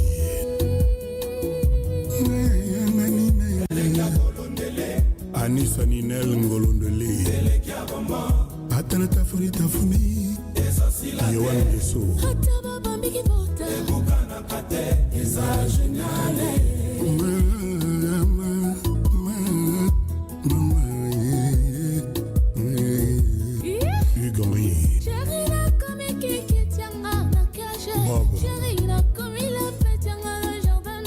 Chérie, n'a commis bébé, s'il te plaît, pour ponengaye. Gourmand marron. Chérie, je viens. À combien de pas? Chérie, je viens.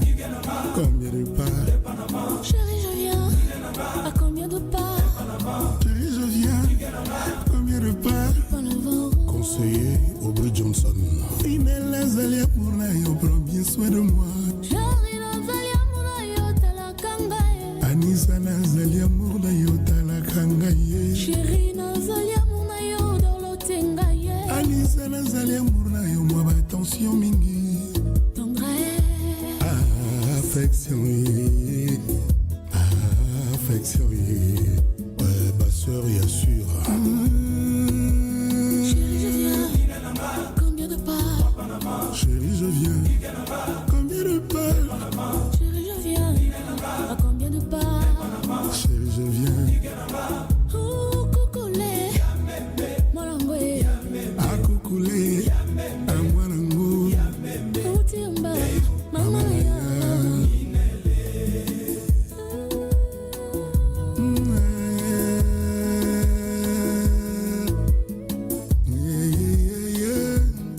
Chérie, nanga lelo, lelo, lelo. Chérie, nanga lelo, bolingwe.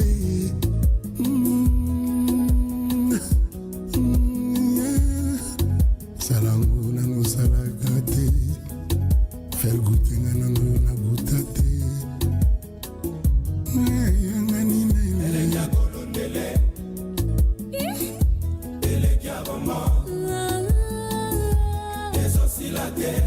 Hataba bambiki bota. Exagenale.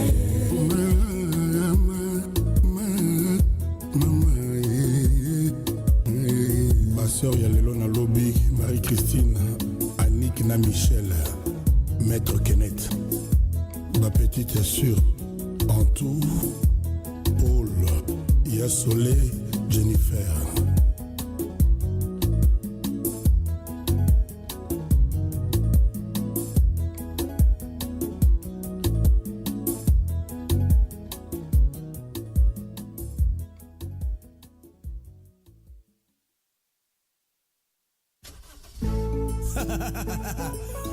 Musa Jakadala Gibahati tena.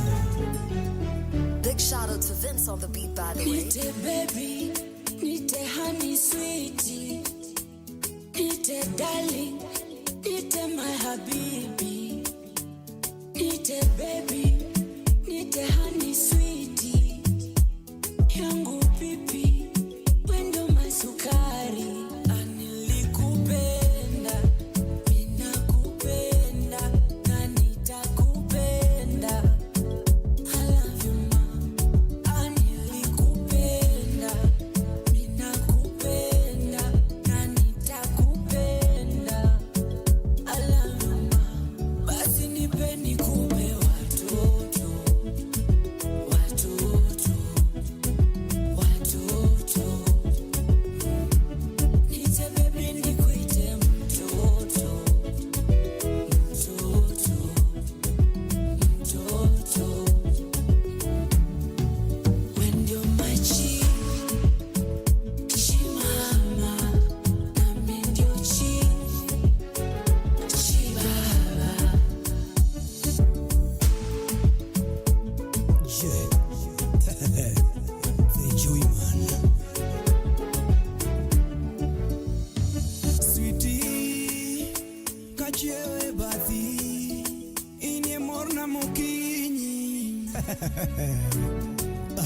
Chunya goni du, chunya goni ti, hera nitie katikli, inie morna mokinyi. Chunya goni du, chunya goni ti, hera nitie katikli, inie morna mokinyi. Aero kakitedo, aero kakinyono, aero kakitugoga, inie morna mokinyi. Chonchana eri, topoda eri, abiro eri, mama eri ma. Ite baby nikuite mtoto, mtoto, mtoto. When you're my chimama, nami ndio chibaba. When you're my chimama, nami ndio chibaba. Chonchana eri, topoda eri, abiro eri, mama eri ma. Nilikupenda, ninakupenda, na nitakupenda. I love you ma, basi nipe nikupe.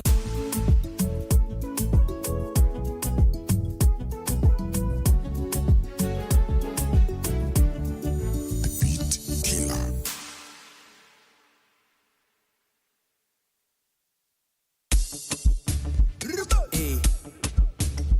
Chui. Barcos. Hey. Okay. Niko napambana pa nje lekilo kangwa semi tukunywe. Yani mimi na mwanga jasho nikipata pesa eti tukunywe. Unaumwa nini? Unaumwa nini? Hela zangu napata kwa shida kutafuta shida, alafu nataka nikupe bure. Unaumwa nini? Unaumwa nini? Unaumwa nini? Unaumwa nini? Mwanzo hawakunitaka taka, nikitongoza ninatoka kapa, nikaenda kusaka nikapata, sana pendeza nina waka na wanadata kiwakamata, wanapenda ninavyowachapa. Unakunywa bia zangu, ujiandae kulipa. Dada unataka hela zangu, basi baadaye utanipa. Bongo mmechoka tuzime mziki, mnasemaje? DJ piga ngoma watu waruke ruke. Eti tuzime mziki, mnasemaje? DJ piga ngoma watu waruke ruke. Niko napambana pa inje lekilo kwangu sema tukunywa. Masha ikalake fasile sikamo yangu kataleta de. Bintu binapanda bei, swenda takumuliza play. Ya visera takate, diga bango baswana na rien. Musambla mkwake avantage. Ule mutu wa wivu ni muvivu. Musambla mkwake avantage. Ule mutu wa wivu ni muvivu. Bongo mmechoka tuzime mziki, mnasemaje? DJ piga ngoma watu waruke ruke. Eti tuzime mziki, mnasemaje? DJ piga ngoma watu waruke ruke. Célibataire tombola loboko. Célibataire tombola loboko. Glasso let me say yeah. Glasso let me say yeah. Skirita. PDG Perokito le producteur. Pesa makalata si Daniel. Directeur Eric Uchini mami. Niko napambana pa inje lekilo kwangu sema tukunywa. Masha ikalake fasile sikamo yangu kataleta de. Bintu binapanda bei, swenda takumuliza play. Ya visera takate, diga bango baswana na rien.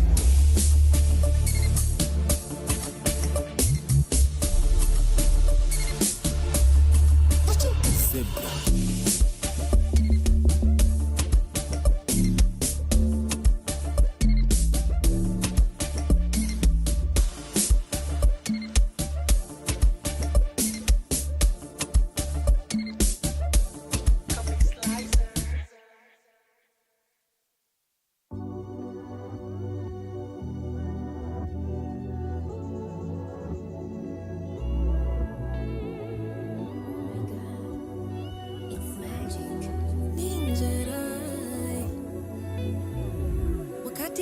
umefika, sita sita, niko tayari, kuja situe habari. Oh, kile una do, they want to know about you, how you play those games you play. Still I love you the same. I keep fancy, I'm not pretending. I know it's been a while, I've been waiting for a long time. I'm thinking that maybe you'll take me and I can call you mine. I've been waiting for a long time. Hey, so twende nyumbani, ukinipa nafasi, I will tell everybody you're the one I left my heart with. Ay baby, twende nyumbani, ukinipa nafasi, nitaita wazazi waje tuwe na party ya day. Baby, twende nyumbani, nyumbani, nyumbani, nyumbani, nyumbani, nyumbani, nyumbani, nyumbani, nyumbani, nyumbani, nyumbani, nyumbani, nyumbani, nyumbani, nyumbani,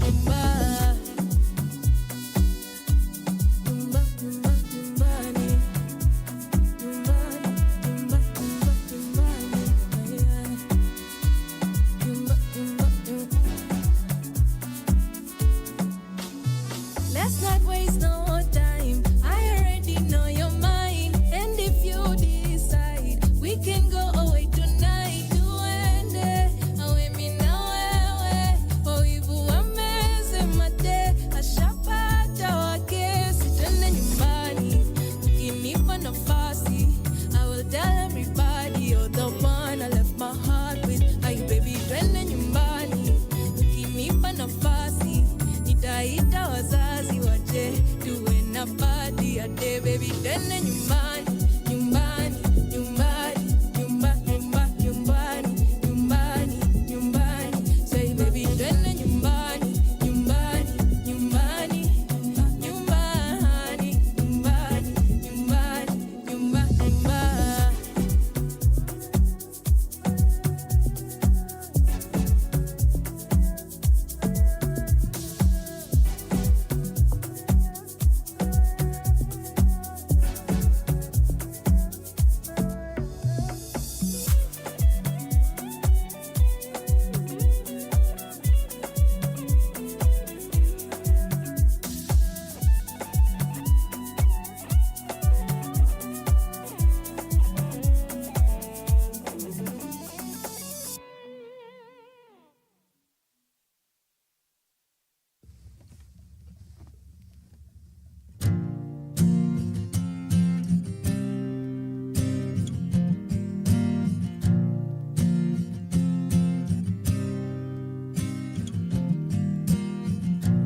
When the mirror hurts your feelings,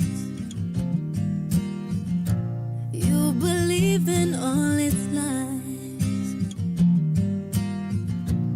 When you're broken, need some healing,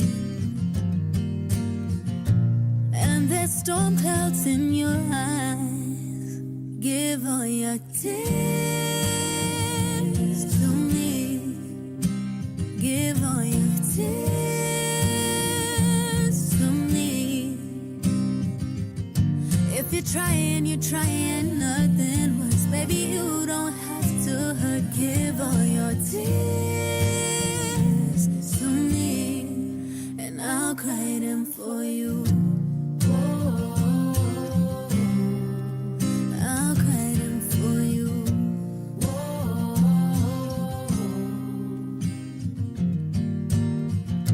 I'm a river you can float in, float in. I would never let you drown, let you drown. When your eyes turn into oceans, oceans, I'll be there before the first drop hits the ground. Give all your tears to me. Give all your tears to me. If you're trying, nothing works. Baby, you don't have to hurt. Give all your tears to me, and I'll cry them for you. And I'll cry them for you.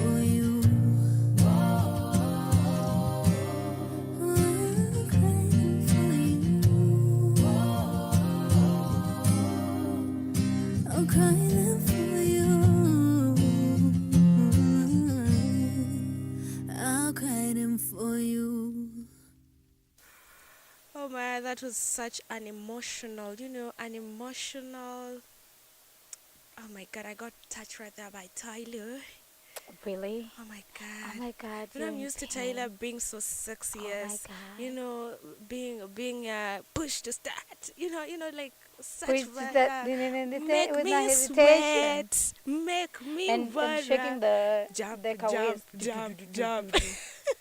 They never had a pretend from Joe back to me now, and that's what I prefer. Hey. But now we're give all your tears to me. She's offering a shoulder to lean on. Oh my God, guys, welcome back to the Hit Point, where we get the latest hits on point. You're live on YouTube, iconradioke, on our website also at www.iconradio.co.ke. All social media platforms at iconradioke. Mine, on the other hand, is that real Sylvy period on Instagram. And Marion's is Marion Kageni on all social media platforms. Guys, let's roll. Let's roll. It's actually noon time, but today we decided, because our playlist is so late, we're gonna do an extension a little bit. Because there's a lot of things that is happening, so pending. We need to. I mean, hey, like a lot of artists have released so many things that we just just give us your time, Sasa. Please bear with us. We promise itafika lunch. Lunch. That's a promise. Cha muhimu inakuanga lunch. 1 p.m. inakuanga time ya lunch. Kujisort unafanya nini muhimu. Like you start thinking about food. But you're at home. Imagine, okay, you're at home or either working. Imagine listening to a good radio, like good conversation and music while doing your little things and whatever. Eating, still work. Noodles, your godly right there.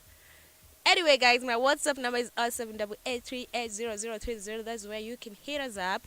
Tell us what you want to listen to, as long as it's fresh hits. That's our hashtag. We are talking about fresh music. We are talking about fresh artists, and of course, nothing is good without a little bit of gossip. Give me the tea. Give me the tea. We're ready to tea with biscuits, please. Tea with biscuits. Tea with biscuits. We want to hear everything. Anyway, right about now, we have, before even I go to the tea, I want to give a shout out to Brandon, who's here, pluggers. Oh my God, we are plugging you. Real for sure. Bad. For sure. You know how we do it. Yeah, how the thing goes. You know how the thing goes. Yeah. So we had Njerae, Nyumbani, her latest single, after giving a blast. Like, music industry has a lot of money. So I don't know what you think about that. How did you feel about the music? Is it a feel-good music? Has she top up the game, or has she gone down a little bit? Cool, Njerae. Yeah. She's unique. I love her sound. She describes it as Afro indie with a touch of soul, with a touch of R&B, and she's so good. And she plays the guitars. She had those guitars is just amazing. I feel like she's a game changer. Like, she's somebody to watch out yeah. She's somebody to watch out because she's super talented. I don't know. All of a sudden, there's a wave of so many talented people in Kenya, like doing music. Yeah, like there's so many vocally blessed artists in the country. I just feel like they need the right kick, and then they'll be top of the game. Yeah. Love it. Anyway, we have Nicki Minaj, and actually I'm so excited because just last week on Saturday we were busy talking about the female rappers, and Nicki Minaj came up, Cardi B came up, Doja Cat came up, and now Nicki Minaj is back. Because we can't talk about female rap, not even female. We can't talk about rap without mentioning Nicki Minaj. Just say what you want to say. But hate her or love her, she's changed the game. Yeah. She put a stamp in the game in the female rap, and this is a rapper that is legendary in her own ways. Yeah. Right? And yes, Barbies. Come on! It's the 10th anniversary of the Pink Friday. Pink Friday 2 LP is out. So dropped yesterday. I don't know how you guys feel about it. Me, I love it. I love the feature she did with Sway Lee. Oh yeah. I love it. And and the Davido one. She has Davido on it. I love Nicki Minaj and Davido collab. The way they did Holy Ground. And now this one. Me, I love the vibe. Okay, I feel like this is the Nicki Minaj of pop. Pop, yeah. This is the versatile Nicki Minaj. When I hear, like, when you listen to the long playlist, the LP, she's more into singing. Yeah, she does the rap thing, of course. That's her job, right?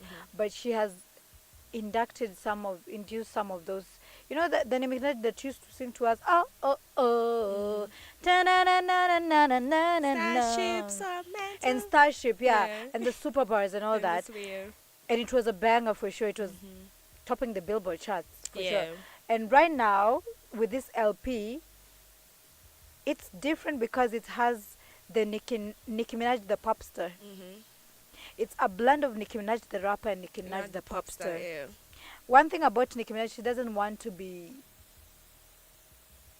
known for. Okay, she's already stamped her legacy as a rapper, right? She's won almost everything except her Grammy, which I think is so wrong for you guys.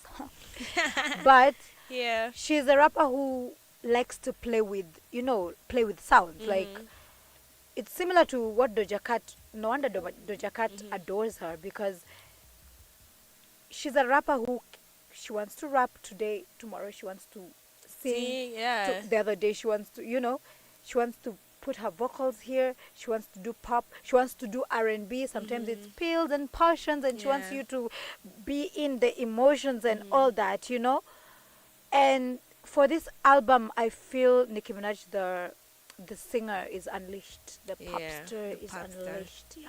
Yeah, I love it.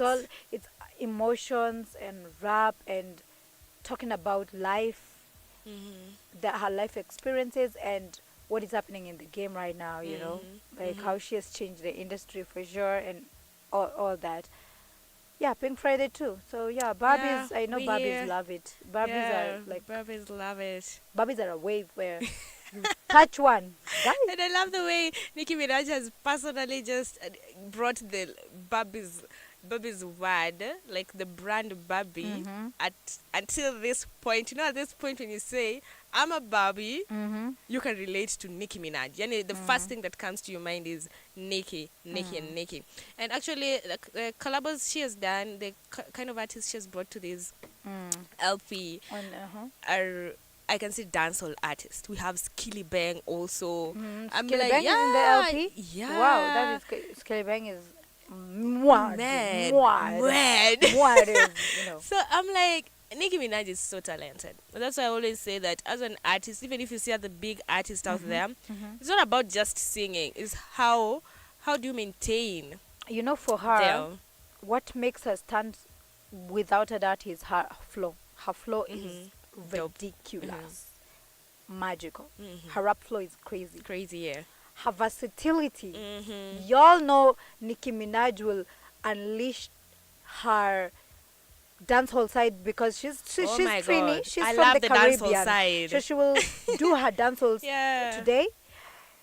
The next day she's going to do her hard rap, the New Yorker. The other day she's going to try the 90s vibe and just roll with it. So the other time she's going to sing, she's going to do some R&B, she's going to do some pop. So Nicki Minaj is a versatile rapper. Crazy flow, crazy lyrics. One thing about her lyrics is the wordplay. She has a way with playing with words. Even if you listen to her EP, she says like, I can't retire from the game because if I retire, there's a gap clearly, Of course, clearly. It's part of the EP, and she's telling us that I am the game, I run the game, like that's Nicki Minaj. So, and then another thing, fearless. Yeah. Nicki Minaj will put it out on her song, on her socials. She will speak for what she's not afraid. Like, she's grown so much. That woman has grown. Like, right now she's in her 40s, so definitely when you're in your 40s, you've grown from being the shy little New Yorker there, just on the ground by the wings of Lil Wayne and all that. Right now she's going to stand up. If something is unjustly, she's a feminist, so to say, she's a woman activist, women rights activist. So she's going to talk about what's happening in the community. She's going to call you out if you dare You know, Megan is a casualty. Yeah. There's so many casualties, like men and women. Yeah. So Nicki Minaj, rap flow, versatility, lyrics, and another thing, alter egos. Oh, there you go. Alter Dimensions. egos. This is something that is big for an artist. Like, you know how Beyonce has Sasha Fierce, like, we love Sasha Fierce. Sasha Fierce is different from Beyonce, you know. Beyonce is shy and all that. Sasha Fierce is who run the world, girl. Some you know? crazy name. So for Nicki Minaj, we know Roman. We know Harajuku Babi. You know, we know Chung Lee. You know, like there are so many alter egos that describes, and those alter egos drive the music, because when she releases a song, you will know who is singing. Is it Roman right now? Roman is how do you Barbies know that Roman is not to be, do not cross her line. Roman does not play with y'all. Roman is going to rap, and if you dare touch on her or say you've listened to Chung Lee and just listen to Roman, you know, they're painting me out to be the bad guy. You know, she's always painted to be the bad guy. Actually, I was checking out today. I was on YouTube. I was checking out a previous interview where Keke Palmer was doing an interview. She was being interviewed, and then she says that, you know, I was with Nicki Minaj at the red carpet. It was Met Gala, at the Met Gala, and Nicki Minaj called me to the side and she was like, never let anybody tell you what to do. You know, you stand up for yourself, girl. You do you. Be confident. Like, do not be unapologetic. That's and bold. And when Nicki Minaj saw that interview, she was like, why did you post that? You know, people say I'm the bad guy. You know, it's sarcastic because Roman is the bad guy. You know, people like to talk about Nicki Minaj and say, oh, ana wivu vitu kama hizo. She doesn't support fellow women, and she sort of feel like she couldn't hold the hand of people like Cardi B, Megan Thee Stallion. She just stepped on them and all that. But Nicki Minaj is actually a good person, and I love her alter ego. Every Barbie loves her alter egos because you don't know what to expect. Like, this is the Pink Friday 2 LP, right? Yeah. Pink Friday is iconic and will always be iconic for Nicki Minaj. This is what made her be known. Her first debut studio album was Pink Friday back in 2007. Yeah. This is how we got to know of Nicki Minaj. I mean, Nicki Minaj started music releasing mixtapes. Cheap mixtape. This is my mix. Unakula tu kamziki, like una rap in the streets and all that. She did 3 mixtapes. Hizo. Then got known by Carter, of course, Lil Wayne. Saw the talent in this woman and brought her along. And her first studio album was Pink Friday, and Pink Friday was mad. Pink Friday brought Superbad. Pink Friday brought Starships, you know? Like, Pink Friday is an iconic album, and doing Pink Friday 2, it's taking us back to the old Nicki Minaj that we knew. Like, this is where it all begins. So it's basically a touch of her journey. A touch of her journey. Wow. Okay, I love that. That's so. You've put us into a very, you know, elevated our mind a little bit on Nicki Minaj's new debut album. I listened to it. No lie, I listened to Nicki Minaj. You are a Barbie now. You are part of the Barbie. Can you say you are a Barbie? Like, I listen to Cardi. I love Doja Cat, Cardi B. So if there was a concert on, I'm going to Nicki Minaj. Okay. I thought that we are gonna have a conversation there, but at least I've not even answered a question. No. Like, I respect question. both artists in their own rights. Like, for me, I listen to Eve. Eve is one of my favorite rappers. I listen to Lauryn Hill. So Nicki Minaj, I respect her because I grew up listening. My childhood was made of Nicki Minaj. Like, the first time I was like, okay, like, I used to listen to Eve, and then when Eve was sort of stepping out of the game, I'm just like, oh my God, there's a new artist called Nicki Minaj. And you know, she has been able to stand the test of time. I remember back in high school when, what's this rapper from Australia called? Who you dame? Etwa nani? I remember this rapper from Australia. Guys, remind me. Rapper from Australia, yeah, guys. Our Lady. Anaitwa nani? At Shea Igyezelia. Okay. Sorry, my bad. She hasn't been. The last song she released was 3 months ago. 3 months ago, yeah. You know, when Igyezelia was stepping into the music industry, people said that this is the end of Nicki Minaj. Like, of course, Igyezelia has a beautiful flow. Yeah, like but they're too different. They're different, yeah. They're so different. when we were in high school, I remember a Chile who was telling me, like, have you listened to this artist called Igyezelia? Because I was a big Nicki fan. I was a big Nicki fan at the time, and there was, have you listened to this rapper called Igyezelia? Like, amekuja kuchange the industry. Like, Nicki Minaj is nothing to her. Oof. Years later, decades later, Nicki Minaj is there. Same thing that happened with Cardi B being introduced into the industry. People say that Nicki Minaj has nothing on this woman, nothing on Cardi B. Same thing with Megan Thee Stallion. So when I say she's been able to withstand the test of time, she has been able to withstand. How many female rappers have you seen? And right now, a lot of female rappers have opened up. You know, like it's like it was a gateway to open up Doors to the industry, for the females, yeah, for the female, because right now kuna kina K Carbon, kuna Lato, Sexy kuna Sexy Red, Red, Young there is Yummy, so many female rappers that are doing amazing. Yeah. So she's played a huge role in opening doors for female rappers in the current generation, where it's open to people. It's not as tight as it used to be back in the days. Even in her era, it used to be tight because we only knew EVE, we knew Eve and who. We knew Kina Foxy Brown from back in the days in the 90s. Latifah from back in the days, Like, Nicki Minaj was coming to an industry that was still not popular with women. Still was very hard. And after her, her, a lot of artists right now are doing rap. They're rapping. There's so many battles, even in UK, inspired by her. So Pink Friday 2, Pink Friday in general will always be an iconic album. It's a remembrance of Barbie. And I love the way Nicki Minaj makes it big. She's all about it. She's like too attached to this album. Like, I feel her so much. She celebrates the anniversaries. I'm just like happy for her. And the LP is dope. I love the artists. Akina Juicy WRLD, Lil Uzi Vert. She sampled Juice WRLD. She J. featured Cole. Juice WRLD. May his soul rest in peace. Yeah. Who is J. Cole? Wow. J. Cole is guys, dope. you need to check out that He's album. a lyricist, you guys. LP, I mean, not album. The LP is versatile. Yeah. Is Nicki Minaj the versatile rapper, Nicki Minaj the lyricist. Yeah, and Nicki Minaj the icon. Hey, for sure. you know Pink Friday 2 like Barbies. It's Barbies. It's Pink Friday 2 LP. So, and one thing lastly to mention about Nicki Minaj, she's one of the most hardworking rappers or hardworking musicians that I know. Yeah, she is. She's one of the most hardworking musicians, I repeat. Because she dropped Pink Friday album last year, right?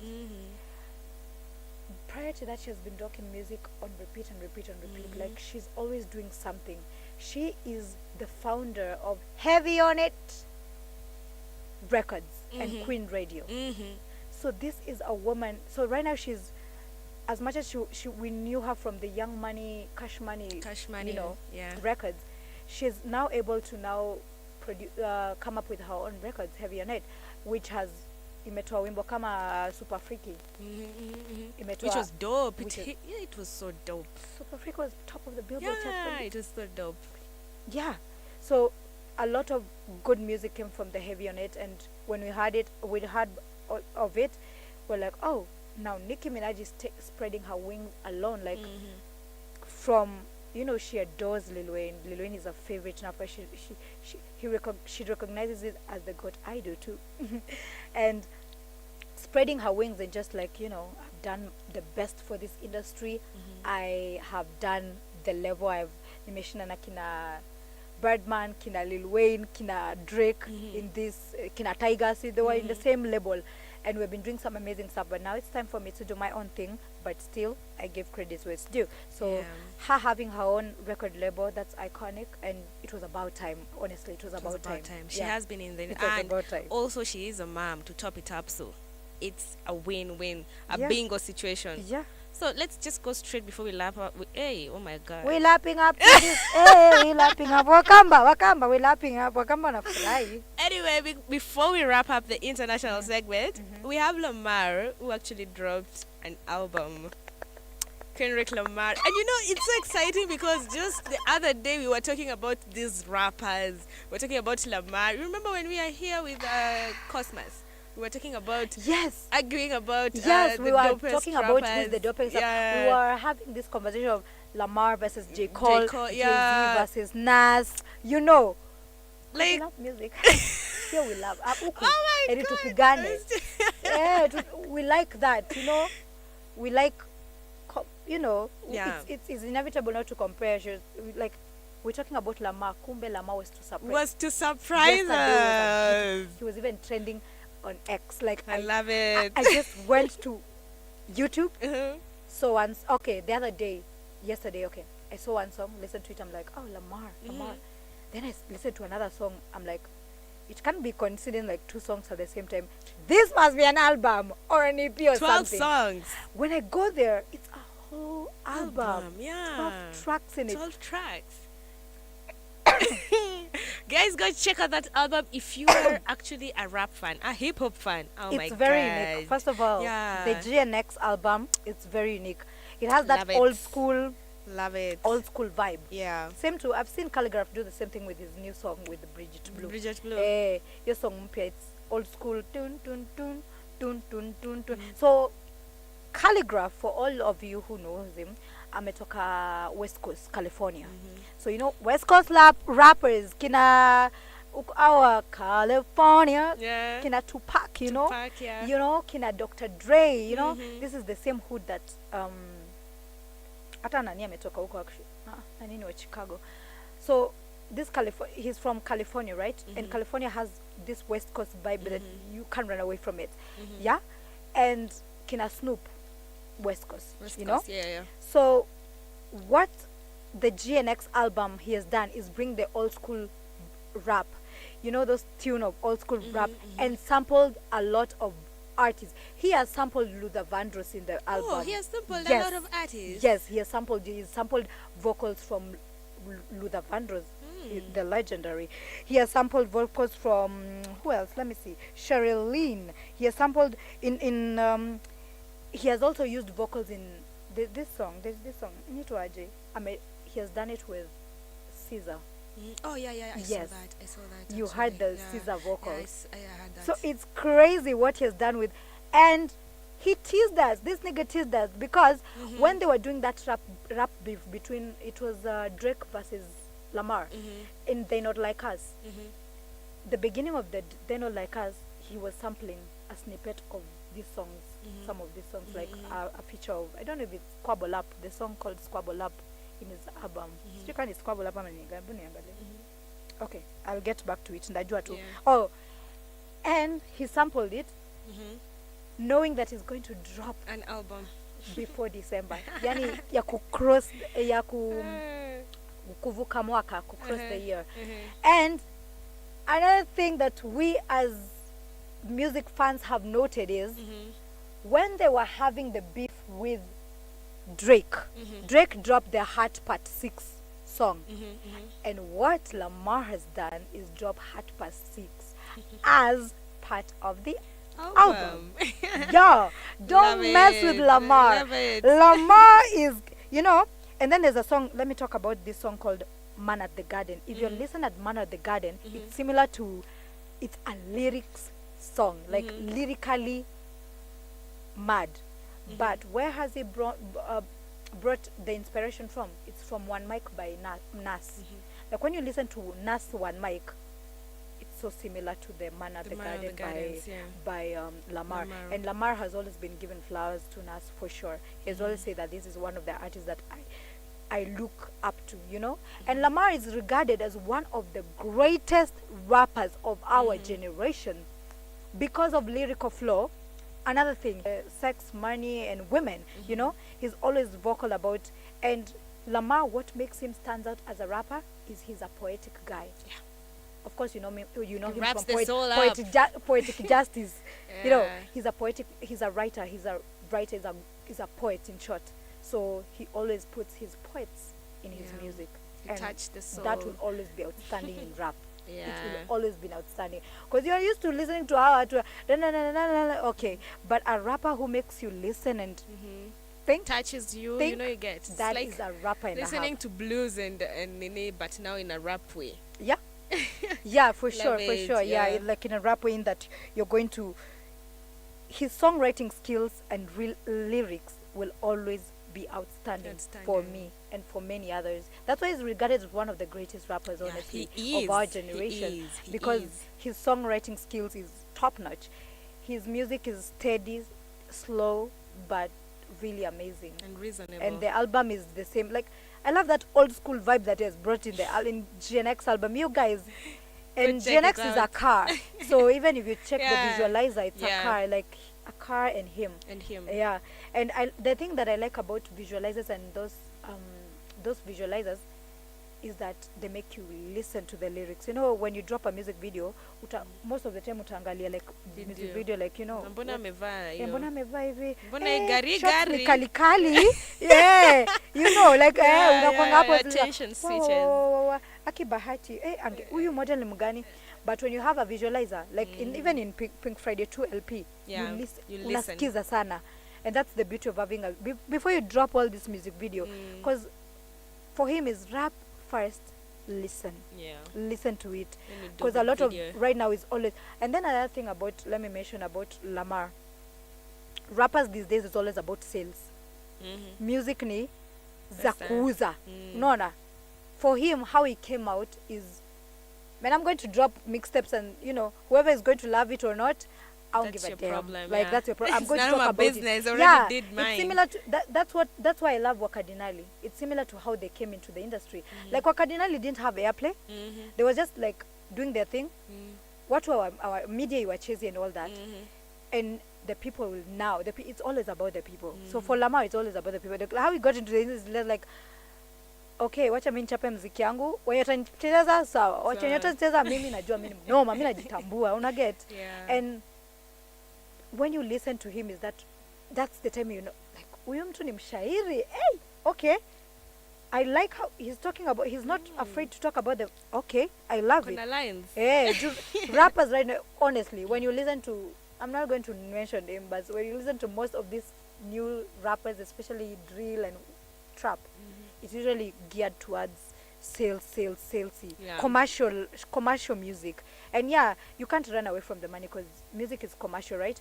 But sometimes you need to just stand out as a person, as an artist. Like, ni sawa, najua zinauza, yes, but mimi ndasema Kenya nafikiria, ndaandika rap yangu kama unadhani ni noma, na kama udhani ni noma, pia sawa. Koni pia sawa. Love it. Oh my god, that was some amazing two rappers, both female and male. Crazy, Lamar and Nikki. crazy. Just East Coast blessing. and West Coast. Imagine East Coast and West blessing Coast. us with amazing. Who wins? Tunasamanga rappers of West Coast. Are you Tupac? Are you Biggie? Are you Nas? Or are you, you know, are you Eminem? Or are you Nas? You know, put East Coast and West Coast rappers together. So it's beautiful that they're releasing these things. Like Lamar, God bless you. Aki niliona, nikakimbia tu 3X, nikaona Kendrick Lamar training kajua. There's something cooking. You did that thing. You did that thing. And he has a huge fan base. So yeah. Good job. Good job. Good job. Go check it out, guys. It's on his YouTube and of course all social media platforms running the album Kendrick Lamar. Yeah. GNX. For sure. Guys, oh my god. We also have Arrowboy. You know Arrowboy nilikuwa namsikizanga nikiwa Manze. Digi. You know that's, and he's a club. You know, I love, yeah, you know, Arrowboy was music big, you guy. It's just Arrowboy awesome was when you find big. yeah. And he has been so silent. I'm just shocked that you're telling me that ametoa wimbo mpya cause Mteja, but anatuambia Mteja. Imagine the song is called Mteja. Yeah. Enyewe ulikuwa mteja wewe. Tangu ende majuu ama ni wapi? Yeah. He has not been doing, and Arrowboy was big. Yeah. Yo, Arrowboy used to do music that was club hits. I'm saying Kenyan has a lot of potential. Sana. Like potentially, we have a lot of potential, guys. Because Arrowboy was one of the biggest artists. For sure. Yani hata before Abanton came in, Gengeton came way in. Back. Way back. Wakiwa na kina walikuwa nganaitwa aje. Ai paka ni mwasahau. Because they used to do a lot of songs back in the 2012, 2014, 2015, 2016, 17, 18. You know, this early, like a trap era. Yeah. Our music was crazy. Was crazy. Club, you know, and Arrowboy was such a vibe. Love it. The song is nice, and of course the it's video. Arrowboy. You're talking about mixing artist. You're mixing artist. I'm really mixing artist. I thought it's. Kuna Arrowboy. I'm mixing. I'm talking about Arrowboy. We're talking about Arrowboy. Arrowboy has not been out of the industry. Actually, Arrowboy ni huyu bwana Nadia. Yeah. Uko sure ni bwana Nadia? Yeah. Yeah, I think so. Arrowboy is the baby daddy. Oh yeah, the I husband think so. of Nadia Mukami. Yeah, I was mixing him with nani anaitwaje? Mtanikumbusha jina lake. Nani huyo? I'm so There's interested. This rapper who used to be big back in the days, but all of a sudden mpaka saizi he's been struggling to go back in the industry. I'll remember his name. So if we're talking about Arrowboy is Arrowboy has been there. Yeah, and Ashori. Yeah, but I think Nadia has been now there. I think he gave the platform more to the Nadia. Unajua vile Nadia Mukami siku hizi anatoa mangoma. Nadia Mukami has grown. Album wewe. What are you talking about? She has grown. She's now becoming a legend in music. She's a mommy. Huh? She's the African. She's the what? African princess. Ama najitanga no, African princess ni nani? Nandi. Nandi. African something, by the Africans, way. Yeah. Well, so guys, go check Arrowboy. Arrowboy used to be one of my club bangers back in the days, by for the real. way. But Arrowboy has always been Arrowboy has always been in the industry. He has always been in the dope. Like he has been. You like the song? You don't like it? Oh my like, God. You see, like I miss the vibe of how he used to do club bangers. You know, you get like with the club, with the dancers. So you don't like Arrowboy when he's emotional? I'm or not saying that. I'm just saying I missed that touch of my him. God. Like I missed that touch of him. Me, I knew him. I love him when he sings that way than rather when he sings these songs of people. These Kenyan. Let me not talk badly. Do you know these songs of? If we're talking about like Arrowboy, I don't know why I was mixed. I'm so sorry, guys. I was mixing the artist up. Takumbuka jina ya huyo artist na namtafuta sana ndio alikuwa mnoma. So Arrowboy was in a boy band. Yeah. Back in the days. Then in around 2015, he began his solo career. That's how he alijitoka. And he became, people loved Arrowboy for his music. Because Arrowboy ni mshairi. Like, anaweza kukuimbia usikie, lyrics. Anaweza kukuimbia usikie, love songs, and he has love songs and could describe women and their shape and whatnot. Anyway, whatever. Hey, whatever, tena. Whatever. We already talked about Chiomio. Chiomio pia anakuja mbio with the light work video. You can go check it out. But sasa sijui Chiomio alifanya nini kwa light work. You love it? I really love it. He has switched the sound twice in the music. In like the music, how it started, then and how it ended. Like I love it. Indomie boy, paka amejitaja. Ati Indomie, yeah. Anakula pesa ya Indomie. Ati hao marapa hawezi uza bila nini? Bila TikTok challenges. Mic drop. 2 3. Also, we have Bahati. I don't know what's up with Bahati with the Luo people, because Bahati ni kama ni mjaluo sahi. It's part of the album. The album. Anazitoa toa album. Anatoa tu moja music video. Hard working guy. So jana ilikuwa Musa Jakadala, Chimama. Amefanya paka na Okelo Max. Yeah. Jakadala, Okelo Max. Hey, me, I love the album, honestly. Yeah, I love the album. It's the old school Bahati. It's the old school Bahati. The village love. Yeah, village. Yeah, because it's different culture. Wakamba, Wajaluo, Wakikuyu. Mixture. Mixture, and I love it. Like it's all a blend of the village love and Yo. Yeah. I love it. I absolutely love it. And The of course, videos are crisp too. yeah.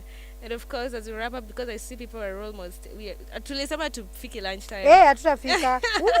Ni 12:30 ni vitima. Ni vitima. Lakini mlitupatia ka allowance. Thank you so much.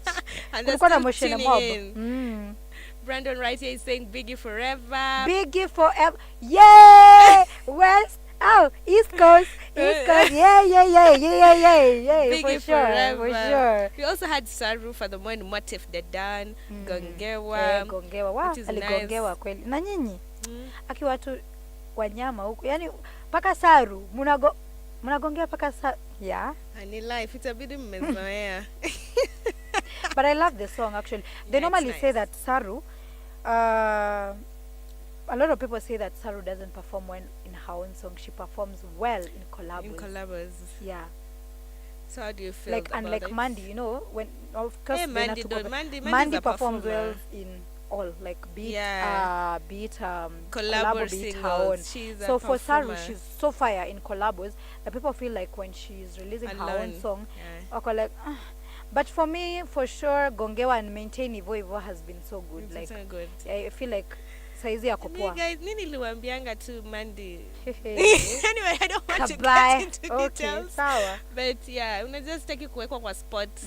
Nimekuwa nikiwekwa kwa sports for a long time. Anyway, we have another hit. Before I forgot to mention one more hit on the international segment where we have Odile and Summer Walker. Oh, You Are Stuck. Are you serious? Yeah. You know, I used to love Summer Walker is one of my go-to artists. She's so deep. She's so, you know, her vocal range is crazy. Yeah, Summer Walker is amazing. Her R&B is crazy. Amazing. Exactly. The R&B is amazing. That deep R&B that is just calming. Exactly. It's just calming. And she performs while even sitting on stage, you know, like just listen, you know, I just love her vibe. So she has a new song with Odile, You Are Stuck. So you can go check it out, guys. And I think that's all I have on my end. I've already mentioned about the Lingala. Ooh. Of Kofi Olamide, Oh yes. Pupa and Willow coming in hot. Suku's lovers. Yeah. Kadombolo. Yes. Usikie kidogo hapo kwa wazee ama hata wasichana, you know. I love it because he never changes his style. One thing about Awilo Logomba, he never changes his style. It's that kutoka enzi zile za back in the 90s. Alafu age is just but a number. Nyindo mnasemanga hapa tu sijui old, sijui doesn't matter. Wewe Awilo na Kofi wana run the industry. Imagine. Wewe age. Awilo is 62 years, you guys. Imagine. Na dansi anapiganga dance. Na kwanza luku pia anapiga, alafu nyinyi ndo mko hapa mnasema old. See him in the concert na dancers wake hapo. Wakongolizi unajua wanakuanga tu hapo. Wako hivyo. Imagine. Giving us sukus. I love sukus because he really he's the first Congolese first artist to actually kujaza Lagos Stadium back in the day. The first one. Ni huyo. Awilo Logomba. Wow. Shout out nice. to Awilo. Nice guys.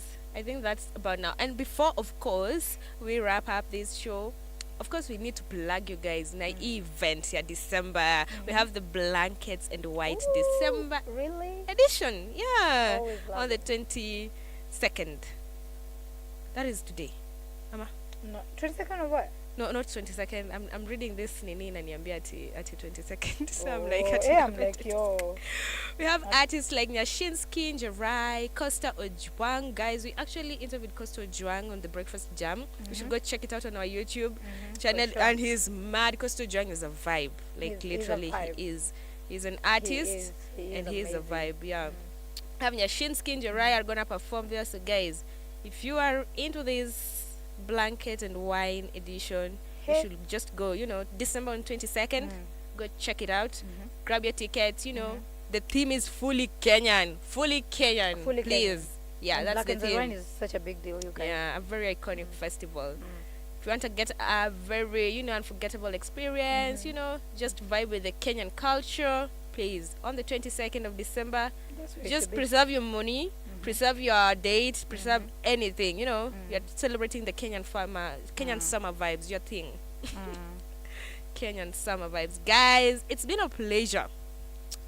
Parting shot before we close up this exciting show. Have a parting shot? Oh yeah, right now I'm checking on YouTube. Wakadinali have just released 2 hours ago. Tukiwa tu hapa tunachapa show. Wakadinali have a new song called Heartbreaker. So make sure you listen to that. Maybe we will always be updating you to anything. When you see me on my phone, it's not that I'm chatting with people. Ati my boys niko hey, wacha wakwe burning spears kidogo. But yeah, Wakadinali have just released a new song. Me, I'm a Wakadinali fan, so definitely that. And then another thing, shake that thing, Miss Kana shake that thing. Shona Paul is coming to Kenya on 1st of December. Me and Shona Paul, what are you talking about? Akina perform your shake song. That thing. Yeah, J Calm. I have to, please. J Calm, yeah. I'll come and wind there. Remember last month we were telling you that Sean Paul has really, it's a J Calm song featuring Sean Paul. So I hope he's going to release the Shona Paul with Conroe's songs, like back in the 2002 to 2005. Yo, that was a crazy Shona Paul. Get busy like glue, temperature. Yeah, what are you talking about? This is a song with the air hostess. I don't know what it's called, but it's my God. Be ready kuumia mgongo. Unaipinda unaipeleka vice clockwise and anti-clockwise. Lakini msimuibie simu. The last time Sean Paul was here was 20 years ago and he had the worst experience. Walimtoka simu. Na ni 20 years ago. Hata tulikuwa watoto. Tulikuwa tunalialia huku tukiitisha peremende. Kwani mlimfanyia hivyo wazazi wetu? Why? Because these are our parents. Kwani ana security? Mbona walimwibia simu? See, it's the same. Si tu nikaa venye designer ule wa Agabrow venye alika mingi Kenya walimtoka viatu wakati ameruka kwa crowd. Oh my God. Like yo, Kenyans are mad. Please, msiibie Shona Paul wangu simu. Msimuibie kiatu. Please, give the legendaries respect. You know one thing about Kenyan concerts I've noted, we are a new generation. There's a Gen Z wave. Like, yeah. And most of Gen Zs don't know most of these artists like sana wajakuwa kigrow up wakimsikiza. So sijui kama wanatambua like Glenn Washington, the legendary reggae artist, was in Kenya, but the turn up was so low. I don't know if it's because people don't know him much or because of the events. Unajua pia event management matters a lot. Like if these organizers wanarusha show Nakuru na hata hawa-promote, turn up ni low. But yeah, tuwaambia Shona Paul tutakuwa tu hapo Miss Kana.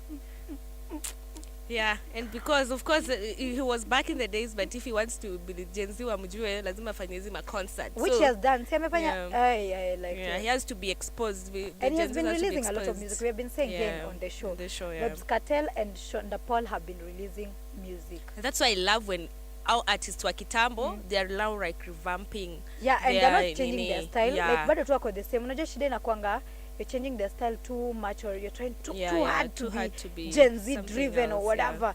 That unajua kasa hizi Abaton is the hot thing in the 254, right? And some tumekujua ka jua kali with your or nonini with your flow back in the day, and then you're now trying hard to now make Abaton and people are like go what, you know. But I like it when an artist sticks to his lane but incorporates the new generation. But if you want to be relevant, you have to like be relevant. You have to switch up, but don't change so much. Yeah, like, don't change so much. Be versatile. Just be versatility relevant. is the way to go. Like, take it from Nicki Minaj. Versatility is the way to go. Hata Nicki Minaj aliimba nini? Alianza kuimba, what is this called? Drill. Yeah, alianza kuimba. Si drill like drill. Alianza kuimba like some, some music that badass, si kama zile rap za kitambo. There's a way that Nicki Minaj ame switch up her rap a little bit. That is not like vile alikuwa na rap kitambo, Yeah, for sure. It's That's good why we're saying it's so important for an artist to be versatile. Like, usipatie ngoma zina sound the same. Yani kuna exactly. Kuna anatuanga wimbo uko zile za ina sound ka ingine every now and then. There's nothing exciting about it because people get bored. Like, okay, lakini ina sound ka ingine najua unaona. So yeah, versatile artist, and there's a lot of concerts. Aki wasanii wengi wanakuja. Rayvanny is in the country. Kina Diamond are set to perform at the Raha Fest. Raha Fest will happen ama ishapita. I don't even know. Yeah.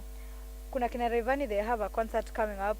kina Mario alishamaliza zao, na Mario has a new song by the way. Yeah, I think we played it though. Yeah.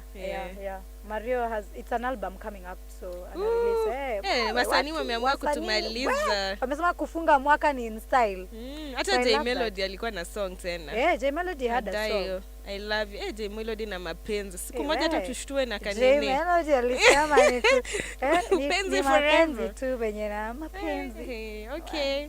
We are sorry, but anyway, we deserve love. Everybody, unajua somewhere that life without love is not exciting at all. So, guys, yeah, for sure. Even if you're a workaholic, just anyway. Just right? love somebody, even if it's your dog, just love it. Sitaka nikugongewa wewe, andika kama Savi. Sema uligongewa. Ulipenda ukagongewa, utagongeana. You know. Guys, it's about 46 minutes past 12. Not really promise to fiki 7, guys. 7:1, I mean 1 p.m. For sure. So, guys, it's been a lovely morning with you, and now we are in afternoon. I hope you're gonna have a fantastic lunch break, because after this we still have music lined up for you all the way till Sunday before we get on Monday on the Breakfast Jam with Myra Malova. So, guys, keep it locked here on Icon Radio, www.iconradio.co.ke. I almost rushed. I'm trying to play my words and be a rapper soon. Oh, but yeah. I see I'm she's competing with Nicki Minaj on the LP. On the Breakfast Show, Myra Maloba. I'm just... I've been your girl, Sylvy Achacha. Next time, see you same time, same place.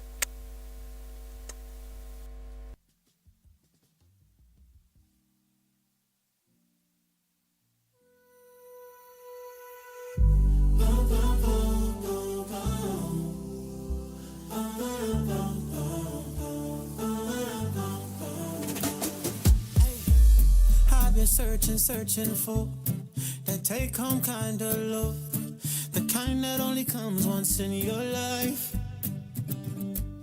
I should have known it all along, that I played my cards all wrong, but thank God that I still call you mine. Was too dumb not look in front of me, while I was messing around. You were holding me down. I searched the world from A to Z. You were the best one I found, without a question. How many times can my heart learn this lesson? You made me happy. You made me happy.